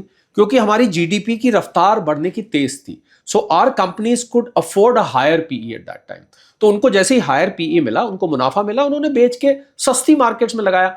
और शालिनी, हम ये क्यों मानते हैं कि ये परमानेंट फॉर्मूला है, फिनोमेना है कि भाई वो चले गए तो बस अब तो कभी आ लौट के आजा मेरे मीत भी तो है ना गाना, तो ये वापस भी आएंगे ना ये, क्योंकि जैसे ही भारतीय मार्केट शालिनी सस्ती होगी, दे विल कम बैक। ये तो आपको मैं बताऊं, मैं बहुत सारे FII से टच में हूँ, सिंगापुर में, दुबई में, लंदन में, न्यूयॉर्क में। ये ना ढूंढते रहते हैं, आज सरोजनी नगर सस्ता है कि आज रजौरी गार्डन सस्ता है, आज करोल बाग सस्ता है कि आज चांदनी चौक सस्ता है। ये क्योंकि मैं दिल्ली का हूँ, आपके फॉलोअर्स, व्यूअर्स, सब्सक्राइबर्स तो पूरी दुनिया से, वो कहेंगे ये अपने शहर की मार्केट्स का मैं एक उदाहरण दे रहा हूँ। हाँ। जो मार्केट सस्ती होगी ये वहां जाएंगे। अगर कल को चाइना महंगा हो गया, ये वहां बेच के निकल लेंगे। ये किसी के सगे नहीं है, ये सिर्फ और सिर्फ मुनाफे के सगे हैं। अगर आपको ये लग रहा है कि भारत से सदा के लिए चले गए हैं, तो सरासर गलत आपकी assumption है। मेरा एक काउंटर है सर, मैं ये समझना चाहती हूँ, आपने कहा कि मैंने 100 पे खरीदा था, 175 पे अगर मैं बेचना चाहता हूँ, मैं प्रॉफिट बुक करना चाहता हूँ, तो मेरा हाथ तो कोई रोक नहीं लेगा। इसमें काउंटर मेरा ये है कि अगर FIIs को ये ट्रस्ट होता कि मार्केट 175 पे रुक नहीं जाएगा, ये 250 भी जाएगा, ये 350 भी जाएगा, ये 500 भी जाएगा, तो वो 175 पे नहीं बेचते। क्या उनके अंदर ये डर है? कि भारतीय अर्थव्यवस्था संकट में है, या हमारी टर्म्स एंड कंडीशन क्या बहुत टफ है दूसरे देश में, क्या वो टर्म एंड कंडीशन उनको इजी मिली हुई है? अगर हमारा पी रेशियो बहुत ऊपर जा चुका था तो साउथ कोरिया जहां अभी भी पैसा पहुंच रहा है, क्या उनका कम है? वो वहां तो मुझे लगता है बहुत बड़ा बबल होना चाहिए। आप डिटेल में बताएंगे इस बारे में? देखिए, ये इन्वेस्टर साइकोलॉजी होती है। ये जो FIRs होते हैं ना, इनके प्रॉफिट के ऑब्जेक्टिव्स होते हैं। ये हमारे आपकी तरह निवेश नहीं करते, बढ़ने दो और बढ़ने दो, 175 हुआ, 350 होगा। ये लोग अपना एक मुनाफे का टारगेट सेट करते हैं, और जब इनको लगता है कि अब यहाँ से वल्नरेबिलिटी इस अर्थव्यवस्था की बन रही है, क्योंकि 2024 सितंबर में क्या हुआ, जब इन्होंने बिकवाली शुरू करी, ज़्यादा बिकवाली उसके बाद ही आई है बाय द वे, मैं इसीलिए इस डेट को बार बार कह रहा हूँ। इनको लगा कि अब यहाँ पर मुनाफा फिलहाल इतना हो चुका है, और उसके फौरन बाद यानी कि जनवरी 2025 में जब ट्रंप आए और उन्होंने ये टैरिफ का गेम शुरू किया, तो इससे, ये आपके पॉडकास्ट पे मुझे याद है दिसंबर में मैंने की, तब भी बोला था, वैश्विक अस्थिरता, ग्लोबल अनसर्टेनिटी और इंस्टेबिलिटी, ये दोनों बढ़ने लग गई, अनिश्चितता। और तो जब अनिश्चितता और अस्थिरता बढ़ती है, और जब भारत पर ट्रंप ने 50% टैरिफ लगाने की धमकियां दी, तो इन FIIs और FPIs को ये लगा कि अब हमें यहां प्रॉफिट बुक कर लेना चाहिए, क्योंकि इस देश की ग्रोथ शायद प्रभावित हो जाए। तो उन्होंने पैसा बेच के निकाला, और उनको फिर, अच्छा पैसा निकाल लिया, पैसे का करें क्या? ये पैसा तो इसी पर्पस के लिए होता है। इनकी पूरी टीम होती है, वो अलग अलग अर्थव्यवस्थाओं पे रिसर्च करती है। उनको लगा चाइना, इस समय चाइना में थोड़ा सा सस्ता हो गया है माल, वियतनाम में सस्ता हो गया, कोरिया में सस्ता हो गया, जापान में, तो इन्होंने वहां जाके पैसा लगाया। And you know this is not the end of it. कल को ये उनके साथ भी ऐसे ही करेंगे। शालिनी, आपको क्यों लगता है कि ये उनके हो गए? ये किसी के सगे नहीं है, ये सिर्फ और सिर्फ मुनाफे के सगे हैं। जैसे ही भारत की PE अट्रैक्टिव होगी, मैं आपको गारंटी करता हूं, और आप मेरी इस बात को नोट करिए, स्टैंप करिए, कि आने वाले 1 से 2 साल में आपको ये वापस यहीं पर आते दिखेंगे। ये सिर्फ इंतजार कर रहे हैं कि हमारी मार्केट फिर से अट्रैक्टिव हो जाए। और आपको ये बताऊं, काफी हद तक अब ये अट्रैक्टिव हो चुकी है। बहुत सारे अट्रैक्टिव आपको ब्लू चिप्स के ऐसे, क्योंकि देखिए, निवेश की सलाह तो हम यहाँ देते नहीं है, वो तो आपका डिस्क्लेमर भी शुरू में चलता है। अपने फाइनेंशियल एडवाइजर, इन्वेस्टमेंट एडवाइजर से पूछ के लीजिए, साहब यहाँ निवेश की सलाह नहीं दी जाएगी। पर बहुत सारे स्टॉक्स इस समय अट्रैक्टिव हो चुके हैं, और ब्लू चिप्स हैं, ऐसे उनकी कीमतें आ गई हैं जिनकी लोग इंतजार करते थे कि काश ये स्क्रिप इतने पे आ जाए तो मैं इसको लेके रख लूँ 5 साल 10 साल के लिए। तो I think they will come back. It may take time, समय लग सकता है, पर मुझे पता है किसी के सगे नहीं। ठीक है, अब आप मुझे ये बताएं, क्योंकि हालांकि ये होता नहीं है, लेकिन हमने एक्सेप्शन केस में देखा कि सेबी चीफ तुहिन कांत पांडे की तरफ से एक मार्केट के वैल्यूएशन को लेकर के एक स्टेटमेंट आया, जिसमें वो ये कह रहे हैं कि AI की रैली जिस तरह से वर्ल्ड में दिखाई दे रही है, तो इक्विटी मार्केट इस समय रीशेप हो रहा है, और उनका ये कहना है कि AI कंपनी को बेटर वैल्यूएशन इस समय दिया जा रहा है। उनका ये भी इसमें कहना था कि आने वाले सालों में FPI की रफ्तार इंडिया में बहुत कम हो सकती है, और ये चिंताजनक है। अब जाहिर सी बात है, वो सेबी चीफ हैं, तो इस तरह की बातें वो कहेंगे, लेकिन मैं ये समझना चाहती हूँ कि क्योंकि AI की रैली में हमें ऐसा लग रहा है कि हम पिछड़ते हुए दिखाई दे रहे हैं, इसमें कोई किंतु परंतु मुझे लगता नहीं किसी को होगा। आई डोंट नो सर, आप अपनी राय बताएंगे। तो क्योंकि ऐसा लग रहा है कि AI के क्षेत्र में तो हम पिछड़ रहे हैं, अब सेबी चीफ की तरफ से भी ये बातें कही गई हैं कि वो जो AI कंपनीज हैं उनकी वैल्यूएशन ज्यादा अच्छी हो रही है, तो क्या ये चिंताजनक स्थिति है हमारे लिए? मुझे लगा हम थोड़ा सा AI में लेट हैं, अब काम शुरू हो गया है। और मैं ये क्यों कह रहा हूं, क्योंकि मैंने बहुत सारे जेनजी को अब AI में करियर की तरफ जाते देख रहा हूं। पर अब यह है कि इनकी जो इनोवेशंस हैं, इनकी जो रिसर्च है, खोज है, एप्लीकेशंस हैं, टूल्स हैं, जिस भी क्षेत्र में काम कर रहे हैं, वो उसको आते आते 2-3 साल लगेंगे। तो इसलिए मुझे लग रहा है हम थोड़ा सा लेट हैं। थोड़ा सा लेट मतलब आप समझिए, अगर मैं इसको टाइम में बोलूं तो 2-2.5 साल हम पीछे चल रहे हैं। और AI में ये साल बहुत बड़ा माना जाता है। AI में 2-2.5 साल बहुत है। वैसे शायद कोई फैक्ट्री स्टील की लगनी हो तो 2-2.5 साल, तो 3-4 साल तो फैक्ट्री लगते लग जाता है, परंतु AI में 2-2.5 साल बहुत ही लेट माना जाता है। मुझे शालिनी, मुझे सबसे बड़ी शिकायत जानते हैं क्या है? मुझे लगता है कि अगर आज माइक्रोसॉफ्ट, Amazon, अल्फाबेट, गूगल जिसको कहते हैं, मेटा, अगर मैं इन कंपनीज के नाम लूं, NVIDIA, इन कंपनीज को बनाने वाले भारतीय हैं। भले ही अमेरिका की कंपनीज हैं, इनके सबके पीछे भारतीय दिमाग है। हमारे यहाँ के भारतीय दिमागों ने वहां जाके इनके लिए आलू टमाटर बना दिया। आलू टमाटर कहता हूं मैं इन कंपनीज को, क्यों? क्योंकि दुनिया में हर जगह आपको मिलेंगे आलू टमाटर। आप किसी, मैंने पूरी दुनिया घूमी हुई, मैं जहां गया मुझे आलू टमाटर जरूर दिखाई दिया। हाँ। और कोई सब्जी मिली ना मिली। तो दीज कंपनीज, आप गूगल है, फेसबुक है, इंस्टाग्राम है, व्हाट्सएप है, दिस इज आलू टमाटर कि पूरी दुनिया में मिलता है। वहां जाके इन्होंने आलू टमाटर बना दिए। अरे भाई, अपने देश में आलू टमाटर बना देते ना। हमारे देश में क्यों नहीं आज ऐसी कंपनी, एक मेटा है, क्यों नहीं हमारे देश में एक्स है, क्यों नहीं हमारे देश में अमेजॉन जैसी कंपनी है। हम अभी क्या कर रहे हैं शालिनी, हम क्या कर रहे हैं, हम कभी मेड इकट्ठी करके एक बना देते हैं, सारी मेड्स को इकट्ठा कर दो, 10 मिनट में सर्विस कर दो। कभी हम खाने को इकट्ठा कर देते हैं, कभी हम टैक्सी को इकट्ठा कर देते हैं, कभी हम मूवी टिकट्स को इकट्ठा कर देते हैं।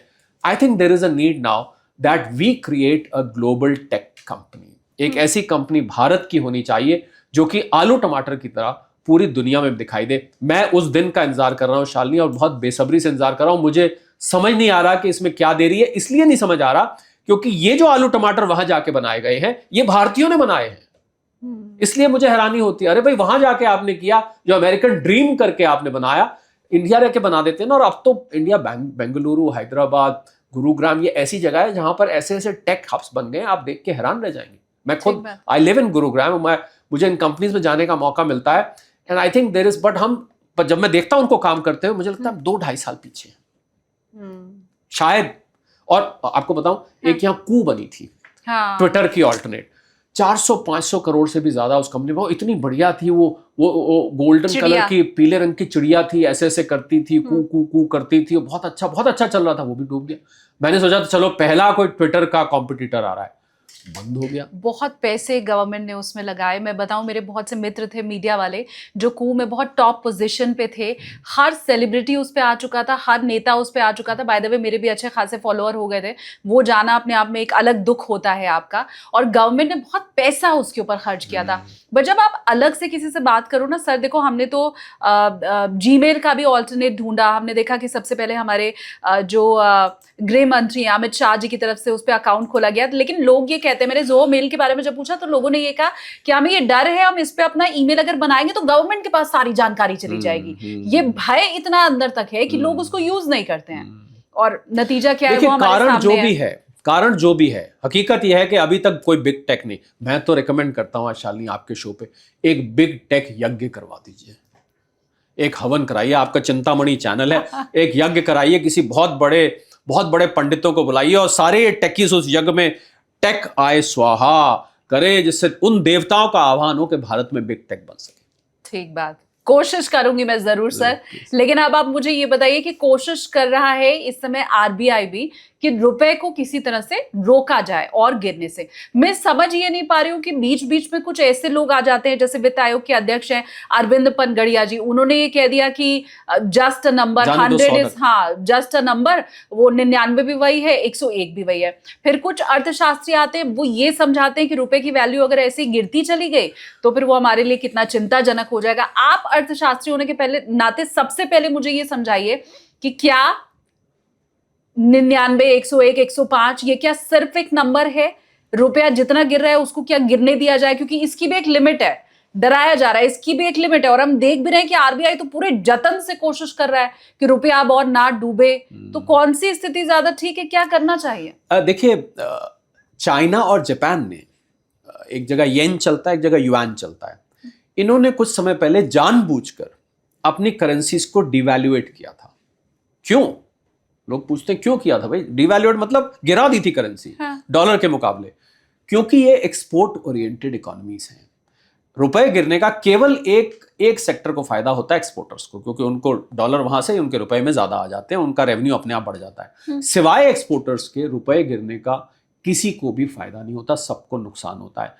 परंतु ये दोनों एक्सपोर्ट ओरिएंटेड इकोनॉमीज थी, हम इंपोर्ट ओरिएंटेड इकोनॉमी है। हमारे लिए रुपए का गिरना महंगाई लाता है, हमारे लिए रुपए का गिरना इनपुट कॉस्ट इंडस्ट्री की बढ़ाता है, हमारे लिए रुपए का गिरना क्रूड ऑयल का बिल बढ़ाता है, हमारे लिए रुपए का गिरना आम आदमी, मुझसे कुछ लोगों ने पूछा भाई हम डॉलर में थोड़े ना कुछ खरीदते हैं, अगर रुपया हो रहा है 100 का होता जाए, मैं तो भैया अपना दुकान से बनिए के यहाँ से सामान लेता हूं, मैं तो कुछ भी डॉलर का नहीं लेता। पर उसको जब ये समझ में आया कि इस सामान को बनाने में जो चीजें इस्तेमाल की जाती हैं, किसान को समझ में आया कि जो फर्टिलाइजर सब्सिडी आज 3 लाख करोड़ की सरकार दे रही है, वो फर्टिलाइजर इंपोर्ट किया जा रहा है। और जो क्रूड ऑयल, मैंने कहा भैया आपको किसने कहा कि आप इंपोर्टेड सामान, वो व्यक्ति जो बनिए की दुकान पे खड़ा था जिससे मैंने बात करी, कहता मैं तो ये सामान दाल ली, चावल ली, इसमें सर मुझे पता लगा कुछ भी इंपोर्टेड नहीं है। मैंने कहा ठहरो, आपकी बाइक कहाँ खड़ी है? कहता बाहर खड़ी है। मैंने कहा जरा बाइक के पास मुझे ले चलो। मैंने उनके बाइक के एक एक पुर्जे बताए, मैंने कहा बाहर से आए, छोड़ो टैंक खोलो इसका, ये 88% तेल इंपोर्टेड है, छोड़ो आप इसको। मैंने कहा घर पे मैसेज भेजो अपनी वाइफ को, कहते हैं अभी भेजता। मैंने कहा उनको बताओ ये, मैं खोलो व्हाट्सएप, मैंने कहा ये इंपोर्टेड है। आप क्या बात करते हैं? हमारी जिंदगी में इंपोर्ट, भले ही हमारा इंपोर्ट का जो ट्रेड डेफिसिट है वो $28 बिलियन था अप्रैल के महीने में, यानी कि हमने इंपोर्ट ज्यादा किया और एक्सपोर्ट हमने कम किया, पर आज हर भारतीय की जिंदगी में अप्रत्यक्ष रूप से इनडायरेक्ट तौर पर इंपोर्टेड सामान घुस चुका है। आप और हम जो बात कर रहे हैं एक इंपोर्टेड प्लेटफॉर्म पे बात कर रहे हैं, क्षमा कीजिएगा, आप जो देख रहे हैं ना ये सब इंपोर्टेड प्लेटफॉर्म है। शालिनी को डॉलर्स आते हैं, रुपए नहीं आते हैं, तो ये this is an imported platform, right. So I think आप ये कहें कि हम तो इंपोर्ट ओरिएंटेड जो इकोनॉमी होती है शालिनी, उसके लिए रुपया गिरना खतरनाक होता है, क्योंकि आपको उतना ज्यादा यहां से पैसे देने पड़ जाएंगे, महंगाई को बढ़ाता है। मैं उसके लिए बता चुका हूं सारा क्या क्या नुकसान होता है। देखिए पनगड़िया साहब क्योंकि चीफ इकोनॉमिक एडवाइजर हैं और सरकार का हिस्सा हैं, तो सरकार की तरफ से तो कभी भी डराने वाले बयान नहीं आएंगे, हाय रुपया गिर गया, मर जाएंगे, लुट जाएंगे, ऐसा बयान तो आपको सुनने को मिलेगा नहीं। आई थिंक गवर्नमेंट की तरफ से तो आपको रीअश्योरिंग बयान ही सुनने को मिलेंगे। पर जब आप डीप इकोनॉमिक्स में जाते हैं तो आपको समझ में आता है कि हम लोग इंपोर्ट पर निर्भर हैं, और शायद यहीं से आत्मनिर्भर का नारा प्रधानमंत्री जी ने जब में दिया था कि भाई जितना डिपेंडेंट रहोगे, जितना निर्भर रहोगे, उतनी मुसीबत में। आज हम रो रहे हैं क्यों? क्रूड ऑयल की वजह से, क्योंकि इतना बाहर से आता है, गैस की वजह से क्यों रो रहे हैं? आज अर्थव्यवस्था की हम इतनी जो चिंतन कर रहे हैं, क्योंकि because we are import dependent. आज महंगाई क्यों बढ़ रही है? इंपोर्ट की वजह से। तो ऐसे में रुपया गिरता जाएगा, और पीछे रुपया शालिनी इसलिए भी गिरा कि आरबीआई ने, क्योंकि प्रधानमंत्री जी ने जब वो 7 अपील्स करी, सोना मत खरीदो, डेस्टिनेशन वेडिंग्स इटली में जाके मत करो, यहाँ जाके वहाँ जाके मत करो, आप वर्क फ्रॉम होम करो, वर्चुअल क्लासेस पे वापस आ जाओ, जो जितनी भी उन्होंने 7 अपील्स करी थी, उस अपील्स में जो कॉमन थ्रेड था वो तो फॉरेन एक्सचेंज रिजर्व था। ये तो आप जानती हैं कि फॉरेन एक्सचेंज रिजर्व को बचाना। तो आरबीआई क्या करता है? रुपी डॉलर स्वैप्स करता है। जब रुपया गिरता है तो अपने भंडार में से डॉलर छोड़ देता है, उसको स्टेबलाइज कर देता है। तो वो भी आरबीआई ने थोड़ा सा पिछले दिनों में, मुझे ऐसा लगता है, थोड़ा सा कंजूसी से किया कि भैया महंगी चीज है, इसको खर्च कम करो। अब जब वो 100 की तरफ जाने लगा, 97 की तरफ जब जाने लगा, तो मुझे लग रहा है आरबीआई ने इंटरवीन किया है, क्योंकि आरबीआई खुले तौर पर ये डेटा नहीं देता है कि उन्होंने कितना रुपी डॉलर स्वैप किया। 5 अरब डॉलर, हाँ मतलब स्वैप किया, हाँ किया, पर उसके टाइमिंग नहीं पता होते हमें कि किस डेट को हुआ, कितना किस डेट को हुआ। तो पर रुपए की मूवमेंट बता देती है कि शायद आज हुआ होगा। तो इसलिए अब ये आपको 96 से नीचे जो दिखाई दे रहा है, हालांकि फिर क्रूड ऑयल, जब फिर बमबारी वहां पर हुई, फिर क्रूड ऑयल महंगा, हालांकि क्रूड ऑयल अभी 97 98 के पास है। आज जब हम बात करें, टाइम स्टैंप लगानी जरूरी होती है, लोग कहते हैं, क्योंकि आप ना पॉडकास्ट आप बता रही थी बैंक नहीं कर पाती, इसलिए सिर्फ बैंक नहीं कर पाती है, इसके लिए आप डोनाल्ड ट्रंप को दोषी ठहराइए। पहले आप अच्छा खासा आप रिकॉर्ड करके रख लेती थी, उसको 15 दिन बाद चलाती थी, अब नहीं चला सकती, तीसरे दिन चलाना पड़ रहा है। बिल्कुल, क्योंकि इस पे इतना ज्यादा डायनेमिक हो गया है सिचुएशन। तो मुझे लग रहा है कि रुपए का ज्यादा गिरना आम आदमी के लिए नुकसानदायक है, because we are a import dependent economy. मैं फटाफट से 2 सवाल पीछे रह गए थे, वो ले लूं, फिर अगला सवाल पूछूंगी। पहला मेरा ये सवाल रह गया था कि एफआईआईज मार्केट से पैसा निकाल रहे हैं, इसमें मैं समझना ये चाहती थी कि अगर एफआईआईज मार्केट से पैसा निकाल रहे हैं तो क्यों ना मैं भी उन्हीं के नक्शे कदम पे चलूं। मैं ये मान के चलती हूँ कि एफआईआईज के पास ज्यादा दिमाग है, उन्हें पता होता है कि किस देश में रुपया आप बनाने का समय है, किस देश से निकालने का समय है। तो इसी स्ट्रैटेजी को अगर मैं भी फॉलो कर लूं, क्यों मैं अपना रुपया, आप देखिए सर 24, वो कहते हैं ना आपका साल चला गया, लॉन्ग टर्म निवेश अगर हम छोड़ दे तो 24 भी मेरा 12 महीने बेकार गए, 25 भी मेरे 12 महीने बेकार गए, अब 26 में भी 5 महीने तो मेरे बेकार जा ही चुके, तो 2.5 साल में पीछे हो चुकी हूं। तो अगर एफआईआईज की ये स्ट्रैटेजी है कि भारत से पैसा निकालो, तो मैं भी क्यों अपने मार्केट में पैसा डालूं? बहुत इंटरेस्टिंग सवाल है। अगर आपने भी, एफआईआईज ने जब डाला था, अगर आपने भी तब लगाया था, तो आपका बिल्कुल स्टेटमेंट ठीक है, आप भी निकाल लीजिए। अगर आपको भी 100 के 175 बन चुके हैं, आप भी निकाल सकती हैं। अब आपके सवाल का दूसरा हिस्सा है कि मैं क्यों लगाऊं। दूसरा हिस्सा यही था ना कि मैं आप क्यों लगाऊं। वॉरेन बुफे का रूल है, when everyone is selling you should buy, when everyone is buying you should sell. मुझे लगता है इस समय ये मार्केट, आप अगर ऐसा, और एसआईपी की तो शालिनी खूबसूरती यही है, सब्र investment plan, systematic investment plan नहीं है ये, इसका नाम बदल दीजिए। मत बोलिए इसको सिस्टमैटिक, लोग नहीं समझते सिस्टमैटिक क्या होता है यार, क्या क्या सिस्टम होता है, कौन से सिस्टम से करना होता है, अपने कंप्यूटर सिस्टम से करना होता है। मैं आज एएमसी को कहता हूं, इसका नाम बदल दीजिए, सब्र इन्वेस्टमेंट प्लान रख दीजिए। एसआईपी की तो खूबसूरती यही है कि आपको वो नीचे खरीदने के मौके देते हैं। मुझे लग रहा है ये जो मार्केट है ये एसआईपी की मार्केट है। अब ये इकट्ठा पैसा लगाने वाली मार्केट नहीं है, क्योंकि मार्केट रोलर कोस्टर राइड आपने चढ़ी है ना, ऊपर नीचे ऊपर नीचे ऊपर नीचे। ये मार्केट ऐसे रहने वाली है, जब जब करेक्शन हो। तो एसआईपी की तो ये क्वालिटी है कि आपको समय समय पर आपको आपका पैसा लगाती रहती है। तो ये सब्र इन्वेस्टमेंट प्लान कह दीजिए, या स्मार्ट इन्वेस्टमेंट पेशेंटली, बहुत सब्र से, इसको मैंने इंग्लिश में भी करके बता दिया। I think this is what SIP name should be changed as, वरना लोग घबरा घबरा के ना बाहर भागते रहते हैं। अगर सब्र कर दिया ना फिर जाएंगे नहीं कहीं, इसलिए मैंने नाम बदलना रिकमेंड किया है। तो मुझे लग रहा है कि मार्केट आपको मौका दे रही है, और मार्केट एक दफे तो छलांग मारेगी, एक दफे ऊपर जाएगी, हिचकोले खाएगी, पर एक दफे ये ऊपर जाएगी। और तब आप अगर आप निवेश कर रहे हैं तब आप बेच के बाहर आ सकते हैं। और हाँ, आपके सवाल का सीधा जवाब वापस आता हूं, अगर आपने भी उस टाइम खरीदा था तो do what FIIs are doing, when in Rome do what Romans do. जब आप ऐसी मार्केट में, पर शर्त यह है कि आपने तब लिया हो जब एफआईआईज बड़े स्मार्ट हैं। उन्होंने 2020-21 में लिया हुआ पैसा था ये, शालिनी बाय द वे, जो वो आज बेच के गए हैं और मुनाफे पे बेच के गए। आप मुनाफे में, मैं तो खुद बोलता हूं, profit in hand is better than profit in the books. Profit in the bank कह दीजिए इज बेटर देन प्रॉफिट, यानी कि जो पैसा प्रॉफिट आपने बुक कर लिया वो उससे कहीं अच्छा है जो खाली पेपर्स पे दिखाई दे रहा है आपको। इतने हो गए, इतने हो गए, अरे वाह इतने हो गए, अरे भाई बुक तो करिए उसको, जब तक आएगा नहीं आपकी जेब में तब तक कैसे मानेंगे। So then you should book. I agree with you. अब मेरा अगला सवाल ये कि मोदी जी ने तो कह दिया है कि अगर संभव है तो अगले 1 साल तक सोना मत खरीदो।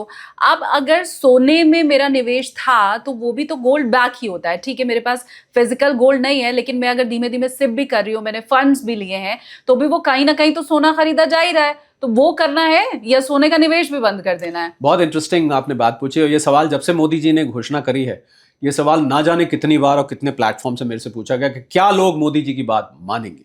नहीं, चलो गहना तो मैं नहीं खरीदूंगी, निवेश बंद कर दूं। हाँ, मतलब इस सवाल को मैं एक लाइन में करूं तो क्या लोग मोदी जी की बात मानेंगे। मोदी जी की बात से कहने से लोगों ने थालियां बजाई, मोदी जी की बात से लोगों ने दिए जलाए। अरे मोदी जी ने झालमुड़ी खाई तो कहीं वेस्ट बंगाल में इलेक्शन जीतने में उसका रोल हो गया। तो he is countries biggest brand ambassador. Melody वालों ने क्या स्टॉक खत्म हो गया, अगले दिन मेलोडी के पास स्टॉक ही नहीं रहा। हमारे ब्रोकर्स ऐसे हैं शालिनी, उन्होंने किसी और कंपनी के उस दिन पार्ले सोच के शेयर्स खरीद लिए। राइट। और जबकि वो कंपनी तो लिस्टेड भी नहीं थी पार्ले प्रोडक्ट्स। तो ये दिस इज अपर सर्किट लग गया था। दिस इज, हाँ, 5% का सर्किट था। This is the brand value which prime minister carries on his head. तो हमने इसका बहुत डिटेल्ड विश्लेषण किया। हमने देखा कि 100 रुपए का अगर सोना भारत में खरीदा जाता है तो उसमें से 60-70% ज्वेलरी के लिए खरीदा जाता है, 30 से 40% निवेश के लिए खरीदा जाता है। तो पहले 2 दिन तो ज्वेलर्स की दुकान पे बहुत भीड़ लग गई, क्योंकि जिनके यहाँ शादियां थी उन्होंने कहा पता मोदी जी ने आज तो अपील करी है, कल को कोई कानून निकाल देंगे सोना मत लेने जाओ। उन्होंने फटाफट जाके अगले 2 दिन में खरीद लो, चुपचाप जाके खरीद लो, अभी मोदी जी की बात धीरे धीरे देश में पहुंच रही है, चुपचाप खरीद के रख लेंगे। तो 2 दिन तो बहुत रश रहा। उसके बाद ज्वेलर्स की दुकान पे धीरे धीरे टेपर डाउन होना शुरू हो गया, उनकी सेल गिरनी शुरू हो गई। मेरी बहुत सारे ज्वेलर से बात हुई, आदमियों को बहाना मिल गया। किसी की श्रीमती जी ने कहा मेरा मंगलसूत्र 15 साल पुराना हो गया, आप क्या कैसे हो यार मंगलसूत्र बनवाते। मोदी जी ने कहा है कहाँ खरीदूं। मोदी जी ने मना किया ना, देखो ना, वो उन्होंने रील सेव करके रख ली और पत्नी को प्ले करके दिखा दिया। पत्नी भी मोदी जी की फैन थी, उसने कहा अच्छा ठीक है चलो देखेंगे, चलो 1 साल के लिए कहा, 1 साल बाद तो दिलवा दोगे ना। उन्होंने कहा 1 साल का कहा, उसके बाद दिलवा दूंगा। तो आई थिंक ज्वेलरी पे फर्क पड़ा, पर निवेश की डिमांड पे शालिनी उतना फर्क नहीं पड़ा, क्योंकि लोगों को लगा, आपने ETFs की बात करी, आपने गोल्ड म्यूचुअल फंड्स की बात करी, EGR की बात करी, लोगों को लगा हम सोना थोड़ा ना ले रहे हैं, हम तो भाई पैसे दे रहे हैं ना, सोना तो वो ले रहे हैं, वो मत ले, नहीं लेते तो भाई आप पैसा देंगे तो उनको लेना तो पड़ेगा। तो यहां पर माइंडसेट ऐसा था कि लोगों ने इन्वेस्टमेंट वाली डिमांड पे उतना फर्क नहीं पड़ा, इन्वेस्टमेंट के डिमांड। और दूसरा एक और प्रॉब्लम है Shalini, people have short memories. अब मोदी जी की बात को याद रखना, जिस टाइम सोना खरीदने जाना है उस टाइम याद आनी चाहिए ना। आप तो उठ के चल देंगे, फिर तो बाद में याद आएगा। आदमियों को तो याद रहे, जिसकी जेब से पैसे जा रहे थे उसको याद था, पर उनकी श्रीमती जी को याद नहीं था। तो इसलिए I feel people have short memory. और दूसरा इसमें एक बहुत टेक्निकल बात है शालिनी, मोदी जी ने कहा कि 1 साल तक सोना नहीं खरीदो। मुझे किसी ने ये कहा कि उन्होंने ये 1 साल कहां से, किस बेसिस पे कहा 1 साल, मतलब 2027 मई जिस दिन उन्होंने ये बात बोली थी, ये 1 साल का क्या हिसाब था? मैंने कहा उन्होंने एक अंदाजा लगा के कहा कि ये युद्ध अभी डोनाल्ड ट्रंप के दिमाग को देखते हुए अभी युद्ध खत्म भी हो गया तो भाई प्राइसेस क्रूड ऑयल के नीचे आते आते वक्त अगर 6 महीने में सॉर्ट आउट हो जाती है तो आप अपना मंगलसूत्र 6 महीने बाद ले आओ ना, 1 साल के लिए क्यों टाल रहे हो? कोई 1 साल कोई ज्योतिषी से निकाली हुई डेट थोड़ी ना थी, एक अंदाज से कही हुई डेट थी. I think demand part of gold is not being affected. Investment part of demand, the jewellery part of demand में थोड़ा सा फर्क पड़ा है. वो भी जब तक लोगों को मोदी जी की बात याद रहेगी. मुझे लगता है मोदी सरकार को क्या करना चाहिए, मोदी जी की क्लिप को थोड़े थोड़े दिन बाद उस क्लिप को चला दें. मोदी जी तो बार बार नहीं बोलेंगे, उस क्लिप को चला देना चाहिए सो पीपल रिमेंबर. पर ज्वेलर्स रोते हैं बेचारे. और ज्वेलर्स, मेरे पास तो बहुत सारे ज्वेलर्स आए, उन्होंने कहा ये क्या हो गया जी, पहले ही सोने की कीमत बढ़ने की वजह से डिमांड नहीं थी, ये और एक मुसीबत मोदी जी ने हमारे लिए खड़ी कर दी भाई अब तो. मैंने कहा तो आप लोगों को जो रिसाइकल्ड गोल्ड है, मेल्ट एंड मेक, मैंने कहा मेल्ट एंड मेक एक स्कीम निकालिए, उनकी खोट कम काटिए, मेकिंग चार्जेस कम कर दीजिए. बोलिए ना, पहले आप, क्षमा कीजिएगा मैं ज्वेलर्स से माफी मांगते हुए कहता हूं, कहा जाता है ज्वेलर्स कान काट लेते हैं, मतलब आप जब लेके जाएंगे इसमें से तो मैडम इतना कट जाएगा आपका, 30% कट जाएगा मत. मैंने कहा ऐसा करिए, आप लोगों को पूरी शुद्धता उनका दीजिए. So I think melt and make पे ज्वेलर्स ज्यादा अब चल रहे हैं. और 30,000 टन भारतीय घरों में सोना है. अमेरिका के ऑफिशियल रिजर्व से हमारे पास 3.5 गुना सोना भारतीय घरों में है. सोचिए. और मैंने तो एक बहुत इंटरेस्टिंग स्कीम सजेस्ट करी सरकार को, एमनेस्टी देके. एमनेस्टी मतलब आपसे पूछा नहीं जाएगा, सारा गोल्ड अपना ले आइए, एक गोल्ड बैंक बना दीजिए, गोल्ड डिपॉजिटरी जिसको कहते हैं, जो भी नाम रखिए उसका. लोग अपना सारा गोल्ड ले आए, कोई सवाल नहीं पूछा जाएगा, और आपको उसके बदले में एक पासबुक बैंक की तरह दे दी जाएगी कि आपने इतना गोल्ड जमा किया. 1% आपको ब्याज भी दिया जाए उस पर, और जिस डेट को आप चाहें आप उसको गोल्ड को निकाल भी सकते हैं. सोचिए कितना गोल्ड शालिनी निकल के आ जाएगा. तो सवाल मत पूछिए कि 2 नंबर का था या 1 नंबर का, क्योंकि इसमें से बहुत सारा गोल्ड, मुझे ऐसा अंदाजा है कि 2 नंबर का हो सकता है. तो आप बिना क्वेश्चन किए, this could increase countries economic health by many times. सोचिए कितना बड़ा gold deposit. But being a women, मैं आपको ये बात बताऊं सर, महिलाएं फिर भी नहीं देंगी. मैं उसके पीछे का रीजन आपको बताऊं. अब तो वैसे भी सोना पहनने का चलन खत्म हो गया है, और ज्वेलरी की डिजाइन में भी बहुत चेंजेस आ गए हैं. थोड़ा मैं लंबा बोलूं तो उसके लिए मैं पहले ही क्षमा आपसे मांग लेती हूँ. होता ये है आप खाली आप भी बोले तो मैं सुनूंगा. नहीं, इसमें होता ये है कि मेरी दादी की जो पहनी हुई ज्वेलरी है और मेरी नानी की जो पहनी हुई ज्वेलरी है वो मेरी माँ को बहुत प्रिय है. अब मैं अपनी माँ की पहनी हुई ज्वेलरी चाहे भले कभी ना पहनूं, अपने पूरे जीवन काल में ना पहनूं, लेकिन वो देख के मुझे बड़ी तसल्ली होती है कि ये खानदानी गहना है. मुझे वो 10 मिनट के लिए पहन के बड़ी खुशी होती है कि ये मेरे नानी के झुमके थे जो उन्होंने मेरी माँ को दिए और अब अपनी माँ से मुझे मिले, और मैं उसको अब अपनी अगली पीढ़ी को देना चाहती हूँ. और मैं ये मान के चलती हूँ कि वो उसको वैसे ही संभाल के और संजो के रखेगी. मैंने मेरी मदर की जो शादी की साड़ी है, जो शादी का जोड़ा होता है, वो आज भी संभाल के रखा हुआ है. उसका भले कोई काम नहीं है, लेकिन घर में सबसे हिफाजत से जो चीज रखी हुई है वो उनका शादी का गहना और शादी का जोड़ा है. अपना भी मैंने ऐसे ही रखा है, और ये पुश्त दर पुश्त ऐसे ही आगे बढ़ता जाएगा. तो यकीन मानिए, सरकार कोई भी पॉलिसी लेकर के आ जाए, कोई बहुत परेशानी में जब तक नहीं है कि उसको वो 1% जो ब्याज मिल रहा है उसकी बहुत जरूरत है, औरतें नहीं निकालने वाली इन गहनों को. इसीलिए मैंने 30,000 टन में से, जब हमने इसको कैलकुलेट किया, स्कीम को मैंने फॉर्मुलेट किया था, हम लोग पहले स्कीम फॉर्मुलेट करते हैं, वैसे हवा में बात नहीं करते, मुझे लगा 30 में से 20,000 भी आ जाता है तो बहुत बड़ी बात होगी. 15,000 भी आ जाता है, नानी और दादी वाली रखिए अपने पास, मत दीजिए उसको, बाकी का तो आएगा ना. इसके अलावा भी बहुत सोना है, ब्रिक्स फॉर्म में, चिप्स फॉर्म में, कॉइन्स फॉर्म में, मंदिरों में तो आधा भी आ जाता है. आप अमेरिका से डबल सोना ऑफिशियल रिकॉर्ड पे आ जाएगा. अमेरिका के पास 8,800 टन है. सोचिए हमारे 30,000 टन में से अगर 15,000 टन भी आ जाता है, हम अमेरिका से डबल. और आपको एक बात बताऊं, मैं ये क्यों मैंने ये सजेस्ट किया. चाइना क्या कर रहा है कि चाइना बेतहाशा गोल्ड खरीद रहा है. 1,000 टन शालिनी पिछले साल उन्होंने गोल्ड खरीदा है, और इसमें से 504 टन लोगों ने रिटेल में लाइन लगा लगा के लिया है. आपको पता है सोना चांदी चाइना में आम जगह से महंगा है. उसके रेट हमेशा $10 फालतू होते हैं, प्रीमियम पे होता है, क्योंकि इतनी जबरदस्त डिमांड है. और क्यों खरीद रहा है, आपने ये नहीं पूछा कि चाइना को ऐसा हुआ क्या है, क्या करेगा वो इसका. उसको पता है कि आने वाले समय में डी-डॉलराइजेशन, ये दबी आवाज में डॉलर की जो दादागिरी है ना, डॉलर की गुंडागर्दी कहता हूं. तो अभी तक तो मैं रुतबा कहता था, उसकी दादागिरी कहता था, दबदबा कहता था, सुप्रीमेसी, अब मैं कहता हूं गुंडागर्दी. आज आपको लगता नहीं कि दुनिया की जो ज्यादातर आर्थिक समस्याएं हैं उसके पीछे डॉलर नाम का गुंडा है. आप मानते हैं इस बात को? राइट. ये दुनिया दबी आवाज में इस डॉलर की जो अंडरवर्ल्ड वाली बिहेवियर है ना, उससे निकलना चाहती है। और जैसे जैसे आवाज, दबी आवाज में मैंने क्यों कहा, क्योंकि जैसे ही वो आवाज उठाते हैं तो चाचा जी नाराज हो जाते हैं, और जब चाचा जी नाराज होते हैं तो वो टैरिफ की, सैंक्शंस की, इन सब की धमकियां देने लगते हैं। तो nobody wants to get into an altercation, क्योंकि अमेरिकी अर्थव्यवस्था के साथ दुनिया की सारी अर्थव्यवस्था जुड़ी हुई है, पसंद से या नापसंद से। तो इसलिए दबी आवाज में डी डॉलराइजेशन का बहुत बड़ी तरीके से एक मूवमेंट अंदर ही अंदर हो रहा है। और अगर आप मेरी बात नहीं मानते तो आप दुनिया भर के सेंट्रल बैंक्स को संपर्क करके देखिए, वो आपको बताएंगे कि वो डॉलर के चंगुल से निकलना चाहते हैं। और जैसे ही ये चंगुल से दुनिया निकली डॉलर के, आपको सोना आपकी इस बिल्डिंग की छत फाड़ के ऊपर जाता दिखाई देगा। ये अनुमान कब तक का है? नेक्स्ट 2-3 ईयर्स, क्योंकि ये बेताबी बढ़ती जा रही है।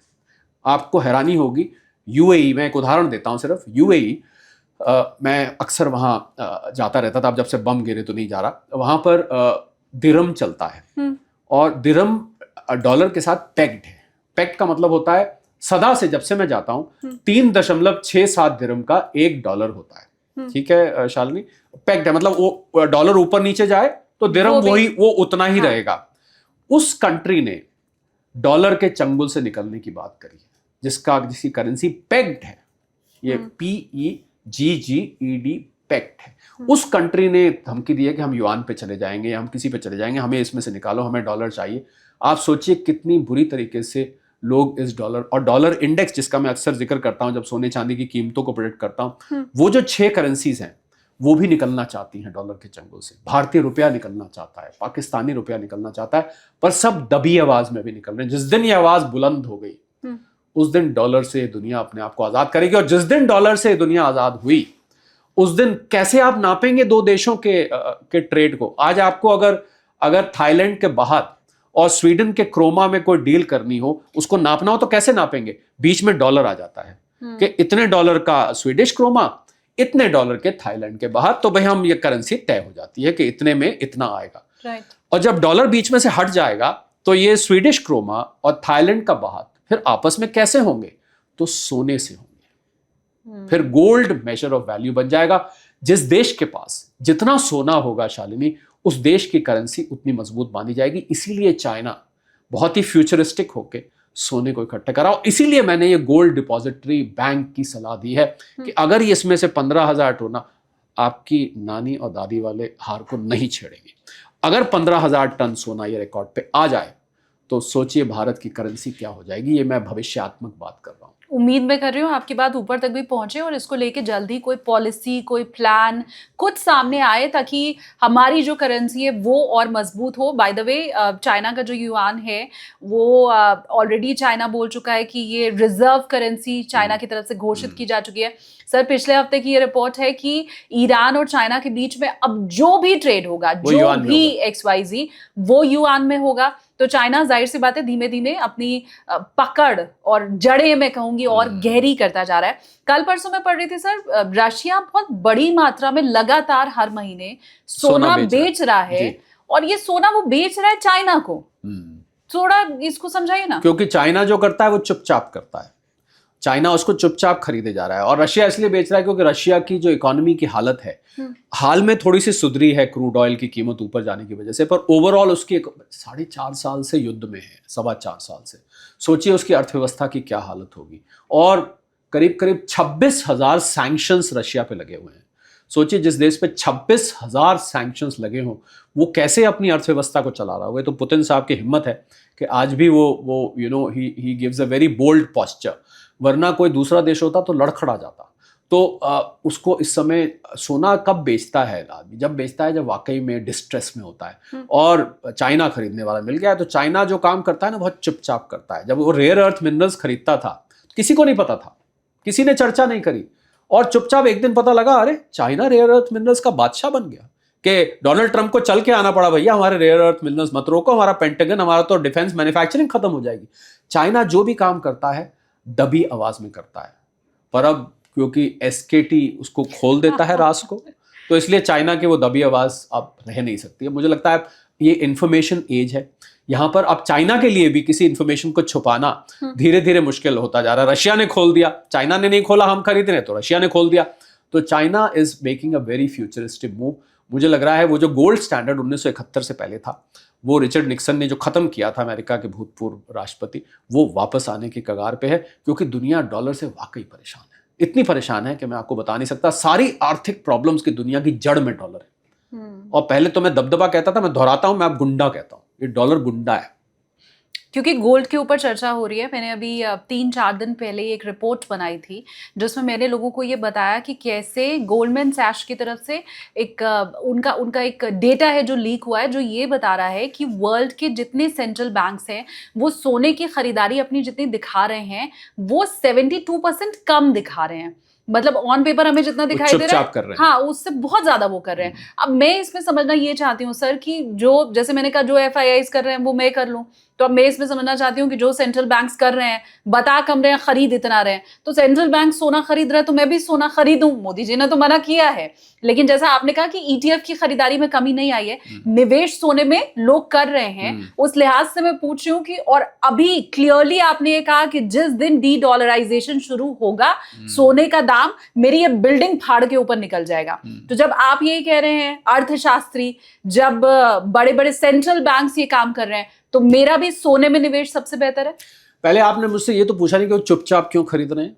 मैंने सोचा आप मेरे से पूछेंगी कि वो चुपचाप क्यों खरीद रहे हैं। आज मैं चूक जा रही हूँ, आप बताइए। तो मैं आपसे सवाल लेता हूँ और फिर मैं ही जवाब देता हूँ। आज चुपचाप इसलिए खरीद रहे हैं कि अगर वो इसको ओपनली खरीदते हैं तो डोनाल्ड ट्रंप बीच में आ जाते हैं। क्यों? क्योंकि जैसे ही वो उसको खरीदते हैं तो डोनाल्ड ट्रंप को ये संकेत मिलता है कि हमारे डॉलर को रिप्लेस करने की बात चल रही है। सोना ज्यादा खरीदना, सीधा सीधा आप बिना कहे ये कह रहे हैं कि हमें डॉलर पसंद नहीं, कल को हमें सोना चाहिए। तो डोनाल्ड ट्रंप इस बात से नाराज होते हैं। पर वो करेंगे क्या? सैंक्शन लगा देंगे। सैंक्शंस लगाएंगे, उस देश के खिलाफ स्ट्रिक्चर्स पास करेंगे, और दूसरा काम वो ये करेंगे कि वो सोने की प्राइस को आर्टिफिशियली गिराने की कोशिश करेंगे, और ये सेंट्रल बैंक नहीं चाहते। मतलब मेरे हाथ में पैसा भी है और मेरी मर्जी भी नहीं चलेगी, मैं सोना चाहूं खरीदना और सीना चौड़ा करके ताल ठोक के बोलूं सोना खरीदना, मैं वो भी नहीं कर सकती ट्रंप के है ना वो, क्योंकि उनको पता है कि उनको ये पता है कि मेरे डॉलर को कोई कंपटीशन दे सकता है तो वो सोना है। ये उनको अच्छी तरह से पता है। अब मैं मान गई सर, वो आपने जो कहा ना, गुंडा, मैं बोलूंगी गुंडागर्दी। बिल्कुल डॉलर की गुंडागर्दी है। उनको पता है कि डॉलर को सोना ही मात दे सकता है, तो इसलिए वो सेंट्रल बैंक्स चुपचाप खरीद रहे हैं। क्योंकि ये तो बहुत बड़ा सवाल था कि चुपचाप क्यों खरीद रहे हैं। ये रिपोर्ट मेरे पास भी है। हम खरीद रहे हैं कि नहीं चुपचाप? अब अपने खरीदने पे आते हैं। मैं, देखिए, आप भी चुपचाप खरीद सकते हैं, पर मुझे लगता है कि सोने में जो मैंने पहले कहा था, और जो मैंने उससे भी पहले कहा था, और जो मैंने उससे भी पहले कहा था, और जो मैंने उससे भी पहले कहा था, आज भी वही कहता हूं कि थोड़ा थोड़ा करके अगर आप लंबे वक्त के लिए रखेंगे, लंबे वक्त में अगर 10 साल, किसी ने मुझसे कहा कि साहब आप स्टॉक्स कहते हैं शालिनी कि 10 साल के लिए लेके रखो, आप म्यूचुअल फंड्स कहते हैं 10 साल के लिए लेके रखो, तो आप ये 10 साल क्यों बोलते हैं? मैंने कहा 10 साल में 2.5 ट्रम्प आ जाएंगे। 4 साल का एक ट्रम्प, 4 साल का दूसरा ट्रम्प, और 2 साल का एक आधा ट्रम्प भी। तो मतलब 10 साल में ये सब घटनाएं घट जाती हैं जो घटनी होती हैं। तो थोड़ा थोड़ा करके अगर आप इसको 2 से 5 साल रख लेते हैं, निवेश की सलाह आपको, अपने इन्वेस्टमेंट, ये निवेश की सलाह नहीं है, दिस इज एन एनालिसिस, तो I think you will be in massive profits. क्योंकि डी-डॉलराइजेशन अब लगभग तय है। कैसे होगा? Who will bell the cat, English में बोलते हैं। कौन सा वो देश होगा जो सबसे पहले अपनी आवाज उठाएगा, हम आज डॉलर से आजाद हुए?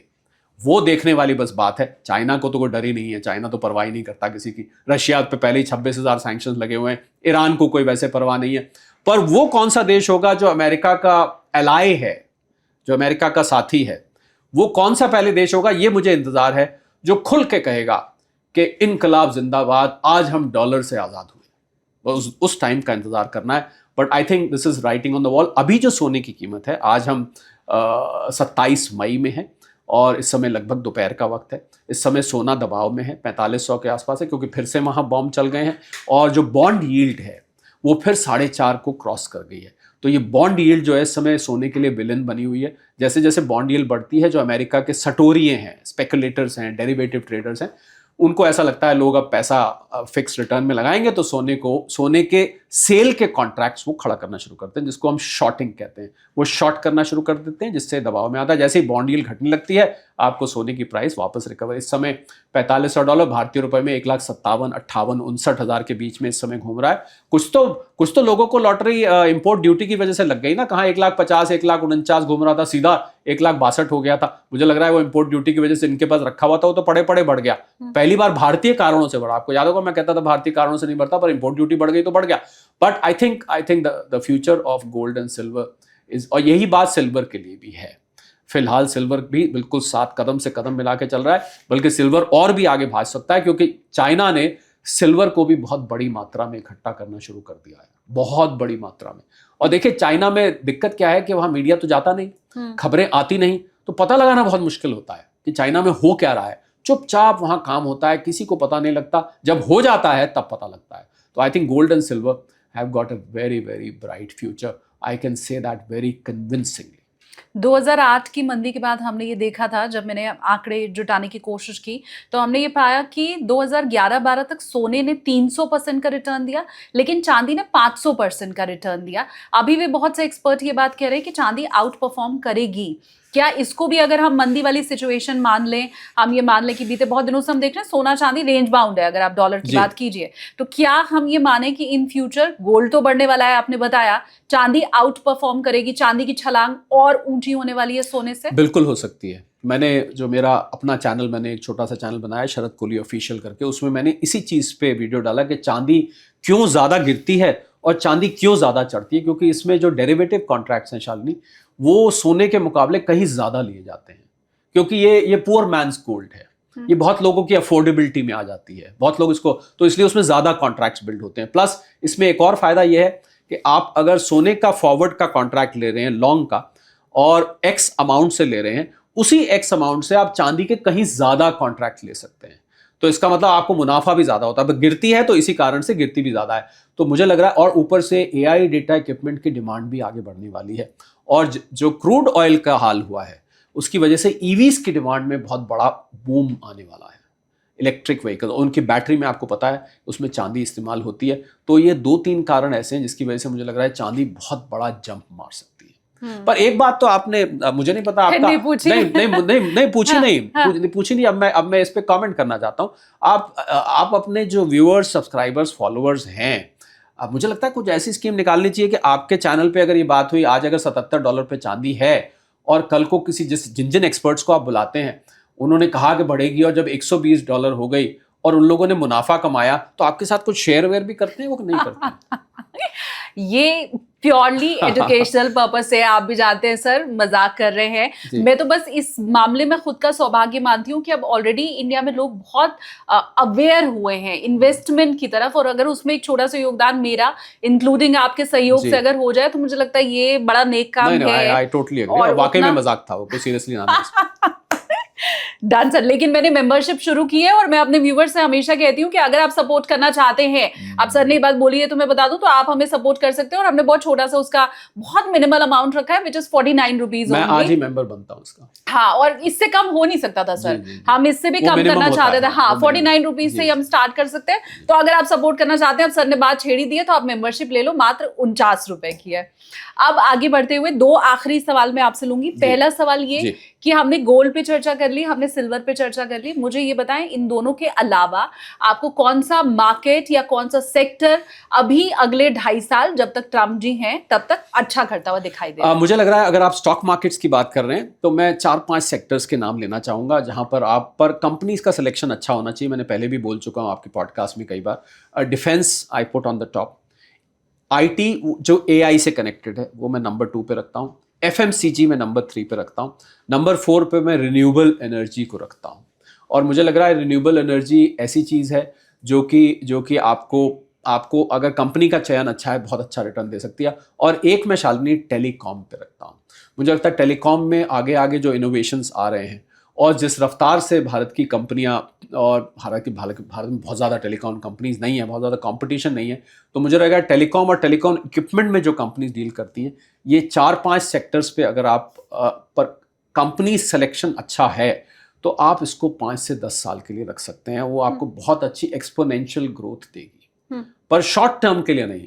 एक ही गलती, ये भी मैंने अपने चैनल पे एक वीडियो डाला शालिनी के, क्या गलती लोग करते हैं, इन्वेस्टर बन के आते हैं, ट्रेडर बन के निकल जाते हैं, बहुत छोटा सा मुनाफा लेके चले जाते हैं यहाँ से। मुझे लग रहा है आपको पेशेंस चाहिए मार्केट में। मैंने अपनी लाइफ में जितने लोगों को शेयर मार्केट से अमीर बनते देखा है, उन सब ने मार्केट में सब्र दिखाया है।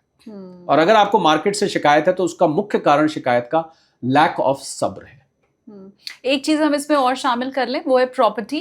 क्या इन फ्यूचर प्रॉपर्टी के दाम आप बहुत बढ़ते देख रहे हैं? प्रॉपर्टी मुझे लग रहा है थोड़ा सा यहाँ से अभी टफ टाइम से गुजरेगी, खासकर जो कंस्ट्रक्टेड प्रॉपर्टी है। एक ही प्रॉपर्टी में मैं बुलिश हूँ। टियर 2, टियर 3, टियर 4 सिटीज में जिस तरफ शहर चल रहे हैं उस तरफ आप लैंड लीजिए, और ये मैंने पहले भी जिक्र किया था। और वहाँ वो लैंड आपको एक्सपोनेंशियल रिटर्न दे सकता है, पर एक शर्त है, उस लैंड पे एक फेंस बनवा लीजिएगा। और अगर आपने अफोर्ड कर सकते हैं तो किसी केयर टेकर को बोल दीजिएगा बीच बीच में जाके चेक करता रहे। आप भी हफ्ते दर हफ्ते, इतनी दूर मत लीजिएगा कि आपको पहुंचना ही मुश्किल हो जाए। तो I think buy where the town is moving, सिर्फ उसी प्रॉपर्टी पे मैं इस समय शालिनी बुलिश हूँ। बाकी जो अपार्टमेंट्स, फ्लैट्स और शहर में लैंड है उस पर मैं ज़्यादा बुलिश इस समय नहीं हूँ। मुझे लग रहा है प्रॉपर्टी, क्योंकि ये जब महंगाई आएगी ना, तो इसमें क्या होता है, मैं ही सलाह देता हूँ कि लोग अपनी बड़ी परचेजेस को टाल देते हैं और इन्वेस्टमेंट तो आनी बिल्कुल ही बंद हो जाती है। तो आई थिंक प्रॉपर्टी के लिए थोड़ा सा साइक्लिकली या सिक्लिकली, जो भी लोग बोलते हैं उसको, उसमें थोड़ा सा मुश्किल समय नजर आ रहा है। ये जो फेंसिंग वाली बात आपने बोली, ये बहुत ज़रूरी है। मैं आपको बिल्कुल फर्स्ट हैंड जानकारी दे रही हूँ। मेरे यहाँ कुक आती है, रीना नाम उसका है।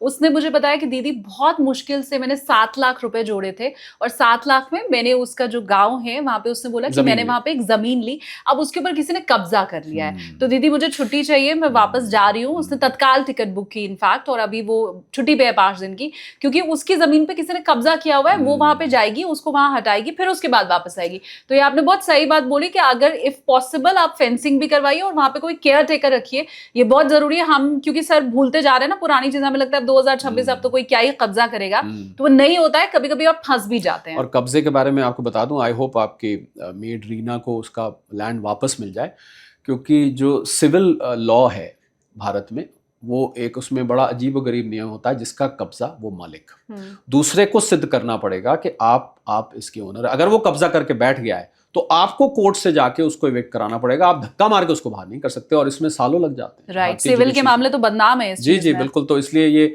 अगर आप फेंसिंग कर सकते हैं, समय समय पर चेक कर सकते हैं, या किसी प्लॉटेड डेवलपमेंट में है वहां पर फिर डेवलपर खुद ही ध्यान रखते हैं, तो उसमें आप अगर उसके अलावा मैं रियल एस्टेट में इस समय अनफॉर्चुनेटली बहुत ज़्यादा बुलिश नहीं। तो इसलिए जो भी लोग रियल एस्टेट में अपार्टमेंट्स, फ्लैट्स या शहर की लैंड इस तरीके से लगाना चाहते हैं, तो उनको I think they can probably rethink. अब एक आखिरी सवाल सर मैं लूंगी, डॉक्टर अशोक गुलाटी, कृषि अर्थशास्त्री, उनकी तरफ से ये सरकार को सलाह दी गई है, बल्कि मैं कहूंगी ये चेताया गया है, एक बहुत डरावनी बात कही गई है, और वो ये कह रहे हैं कि ये जो फ्रीबीज की राजनीति हो रही है, ये देश को असल में पलीता लगाने का काम कर रही है। और एक बड़ा सवाल उन्होंने खड़ा किया, जिसमें वो ये कह रहे हैं कि जब देश में अत्यंत गरीब तबका मात्र 5% है, तो 80 करोड़ लोगों को मुफ्त राशन क्यों दिया जा रहा है? अर्थशास्त्री होने के नाते आप इसको कैसे देखते हैं? 81 करोड़ 30 लाख लोगों को ये अन्न दिया जा रहा है, और ये बहुत अच्छा सवाल है, और ये अक्सर डिबेट्स में मेरे से पूछा जाता है कि भाई इसका मतलब हम ये स्टैंप लगा रहे हैं कि 81 करोड़ 30 लाख लोग शाम तक 2 वक्त की रोटी नहीं जुटा पाएंगे? यही आपका सवाल है। बिल्कुल। तो इसके बदले में मेरा जवाब ये है कि 81 करोड़ 30 लाख लोग गरीब नहीं है। आपको हैरानी होगी सुन के, इसमें से ज़्यादातर वो लोग हैं जो अन्न खरीदना अफोर्ड कर सकते हैं। आई थिंक, और ऐसा नहीं है कि गवर्नमेंट को इस बात का पता नहीं है कि जो राशन से लोग ले जाते हैं अपना आधार कार्ड या जो भी दिखा के जिनको 5 किलो, आई थिंक गवर्नमेंट की इंटेंशन है, इसको गरीब कल्याण योजना कहते हैं। गवर्नमेंट की इंटेंशन ये है कि क्योंकि we are a food surplus country, हमारे यहाँ फूड सिक्योरिटी, आई मीन किसी ज़माने में हम यहाँ भुखमरी हुआ करती थी, अकाल पड़ा करते थे, आपने पुरानी फिल्मों में देखा होगा, ज़मीन पे क्रैक आ जाते थे, वो दिखाते थे। I think we are now a food surplus. और आपको ये भी हैरानी होगी शालिनी कि हमारे जो फूड कॉर्पोरेशन ऑफ इंडिया के वेयर हाउसेस हैं, उसमें अनाज पड़ के सड़ जाता था, फिकता था, क्योंकि वो उसको कोई कंज्यूम करने वाला नहीं था। तो सरकार को लग रहा है कि एक तो वो वेस्टेज नहीं हो रही है, दूसरा हम उस परिवार को जो 30-40 हज़ार रुपये महीना भी कमाता है, वो गरीब नहीं, 30-40 हज़ार वाला मैं गरीब नहीं मानता, मैं उसको लोअर मिडिल क्लास मानता हूँ। तो 30-40 हज़ार कमाने वाले को भी अगर 5 किलो अन्न मिल रहा है, तो सरकार को लगता है हम उसको इकोनॉमिकली, वो मैंने उसकी कैलकुलेट की थी वैल्यू कितनी है, मैंने मेरे ऑफिस के एक दो ऑफिस बॉय हैं वो इसको अवेल करते हैं, तो वो उन्होंने मुझे बताया सर 1000-1200 की वो सामान होता है। तो मुझे लग रहा है कि सरकार एक तरह से अपना कंट्रीब्यूशन कर रही है उन लोगों में, that we are supporting you economically, आपका जितना घर का बजट है उसमें से 1000-1200 हम आपको सपोर्ट कर रहे हैं। इसको अब मुझे लग रहा है इसका नाम शालिनी बदल देना चाहिए। आपकी ये सवाल बिल्कुल जेन्युइन है।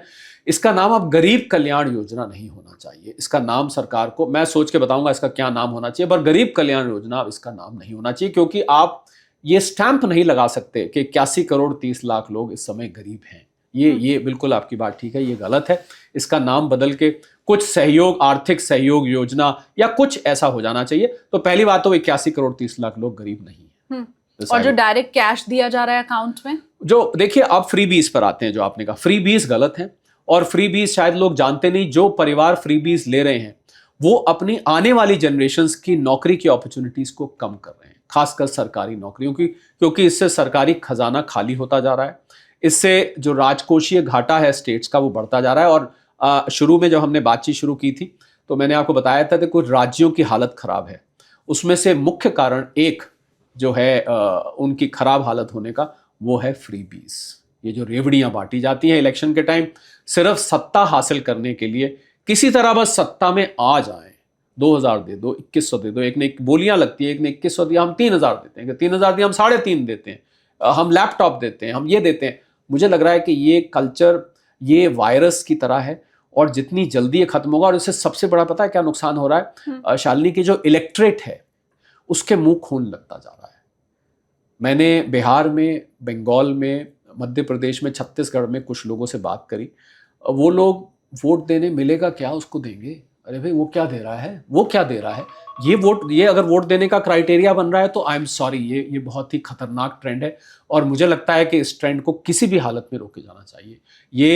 ये शुरुआत मुझे लगता है सत्ता पक्ष, और मुसीबत इसमें पता है क्या है कि एक पार्टी देती है तो दूसरे को नहीं भी मन हो तो उसको देना पड़ता है। और बीजेपी और प्रधानमंत्री मोदी ने फ्रीबीज के बारे में बहुत वॉसिफरसली बोला, पर दिक्कत क्या थी, क्योंकि जब विपक्ष ने देना शुरू किया तो अगर भारतीय जनता पार्टी नहीं देती तो वो इलेक्शन हार जाते। तो ये एक रोग की तरह है, it's like a virus, it spreads. तो इसका हल यही है कि इलेक्शन कमीशन और सुप्रीम कोर्ट को एक रूल निकालना चाहिए कि अब कोई पार्टी फ्रीबी नहीं देगी, और एक फ्रीबी कमेटी बनाई जानी चाहिए राष्ट्रीय स्तर पर, जो भी पार्टी घोषणा करे पहले उस कमेटी से अप्रूव कराए। इस कमेटी में सब पार्टियों के लोग बैठे, सुप्रीम कोर्ट के जजेस बैठे, इलेक्शन कमीशन के रिप्रेजेंटेटिव बैठे। जब तक ये यहां से पास नहीं हो तब तक उस फ्रीबी का अनाउंसमेंट नहीं किया जाएगा। इसका केवल और केवल यही सोल्यूशन है, वरना हर आने वाले इलेक्शन में आपको नए नए फ्रीबी सुनाई देंगे जो कि आपको फिस्कली ड्रेन आउट कर देंगे, आपको बिल्कुल खोखला करके रख देंगे। आप भी मुझे कमेंट करके बताइए कि ये जो रेवड़ियां बांटी जाती हैं, फ्रीबीज की राजनीति है, क्या वो बंद होनी चाहिए? आप ये मानते हैं? जो भी आपका विचार है मुझे कमेंट करके जरूर बताइए। अब सर जाते जाते आप बता दें वो $1 ट्रिलियन व्यक्ति कौन है जो बीच में बात रह गई? बिल्कुल, दुनिया का पहला ट्रिलियनियर बनने जा रहा है एलॉन मस्क। आज उसकी नेटवर्थ मैं सुबह देख रहा था $808 बिलियन है। $808 बिलियन हो गया शालिनी, करीब करीब 77 लाख करोड़ रुपए। और $1 ट्रिलियन होता है 96 लाख करोड़ रुपए। $808 बिलियन अभी है। और इनकी एक कंपनी है स्पेसएक्स। वो स्पेसएक्स टैक्सी का काम करती है, ऊबर का। पर ये ऊबर सड़क पे नहीं चलती, ये चलती है यहाँ से अंतरिक्ष तक। कभी किसी यात्रियों को वहाँ छोड़ आती है, कभी किसी का सैटेलाइट छोड़ आती है, कभी स्पेस स्टेशन में किसी को पहुँचा आती है, कभी किसी को वापस ले आती है। ये तो आप जानते ही हैं। इस कंपनी लॉजिस्टिक्स में भी है, ये कंपनी डिफेंस में भी है, ये कंपनी टेलीकॉम में भी है। और जो स्टारलिंक, जो इंटरनेट सर्विस दुनिया भर में इस समय दी जा रही है, इनका जो आरपू बोलते हैं हम, एवरेज रेवेन्यू पर यूनिट, इनका आरपू करीब $25 से $40 तक है, यानी कि जो पर पे करता है सब्सक्राइबर। और भारत में भी आपको पता होगा इसको अब लाइसेंस मिलने की प्रक्रिया ऑलमोस्ट चल रही है, खत्म हो गई है। भारत में जल्दी ही आपको सैटेलाइट से इंटरनेट मिलता हुआ दिखेगा, ना तार के जरिए आएगा, ना जीएसएम चिप के जरिए आएगा, ना ब्रॉडबैंड आएगा। ईरान जो कह रहा है हम तार काट देंगे, हाँ, और तो वो सीधा वहां से आएगा। स्टारलिंक का भी ओनर स्पेसएक्स है। अब मुद्दे की बात, स्पेसएक्स का आईपीओ आने वाला है। ऐसा माना जा रहा है इस आईपीओ की जो टोटल वैल्यूएशन होगी वो 1.5 ट्रिलियन से $2.25 ट्रिलियन तक होगी, और इसमें से 40 से 45% एलॉन मस्क के पास होगा। इसका मतलब अगर मैं 1.5 ट्रिलियन वैल्यूएशन भी लगाऊं और उसका 40% लगाऊं तो 600 बिलियन हो गया। 600 बिलियन को जोड़िए 808 बिलियन में, 1.4 ट्रिलियन, यानी कि 130 लाख करोड़ इस व्यक्ति की नेटवर्थ होगी। और इसकी पुश्तें आने वाली, ये कहते थे मैं सृष्टि बसाऊंगा, क्योंकि इनके पास, क्षमा करें मैं यहाँ पर ऐसी बात बोलता नहीं हूँ, महिलाएं और बच्चों कौन हैं, कौन इनकी पत्नियां हैं, गर्लफ्रेंड्स हैं, उनके कितने बच्चे हैं, ये किसी को कुछ नहीं पता, पर उनकी इच्छा ये है कि मेरी एक अपनी सृष्टि हो। तो अगर वो सारी सृष्टि के बच्चे खाली ब्रेकफास्ट लंच डॉलर में, डिनर में डॉलर भी चबाएंगे ना, तो भी वो पैसा कम पड़ने वाला है। तो आप सोचिए 130 लाख, हमारे यहाँ जो अंबानी साहब हैं उनके पास 10 लाख करोड़ है, अडानी साहब के पास 11 लाख करोड़ के आसपास है, और इनके पास 130 लाख करोड़। अब आप कहेंगे इनसे नज़दीक कौन है, तो लैरी पेज और जो गूगल के फाउंडर हैं अल्फाबेट के, वो 300-350 बिलियन के आसपास है। इसका मतलब अपने सबसे नज़दीक अमीर वाले से $1 ट्रिलियन ये ऊपर हो जाएंगे। इनके आसपास भी कोई नहीं पहुंच पाया। क्या किस्मत लेके आए हैं, ये। और इसको आप कभी लिख के देखिएगा, इस अमाउंट को आप अपने व्यूअर्स को बोलिए कि इस अमाउंट को लिख के दिखाएं कि 130 लाख करोड़ है, कितने जीरो उसमें आते हैं। बड़ा इंटरेस्टिंग गेम। मुझे कमेंट्स में आप लिख करके दिखा दो तो मुझे पता चल जाएगा, मेरा भी थोड़ा ज्ञानवर्धन हो जाएगा। मैं रट लूंगी सर जी, जिस भी रटना ही पड़ेगा, क्योंकि इतने जीरो होंगे, गिन के तो याद आएंगे नहीं। हाँ, वो बस लिखने के बाद पता रहेगा आगे इतने जीरो लगाना है। तो मुझे कमेंट करके आप जरूर बताइएगा। उम्मीद बस मैं यही कर रही हूँ सर, एलन मस्क जैसा कोई भारत में भी पैदा हो। मैंने तो शुरू में कहा, मैं तो सबसे पहले पार्टी करने वाला मैं होऊंगा कि हमारी एक अपनी मेटा हो, और अपना हमारा एक गूगल हो, और अपना सब कुछ हो। और इसलिए हो क्योंकि वहां भी इन्होंने ही बनाया, हमने ही बनाया वहां जाके, इसलिए ज्यादा अफसोस होता है बस। लेकिन मैं ये चाहती हूँ कि अपना जीवन रहते मैं ये देख पाऊँ, कहीं ऐसा ना हो एलन मस्क भारत में आने में बड़ा समय लग जाए। सुभान अल्लाह। तो ये जल्द से जल्द हो।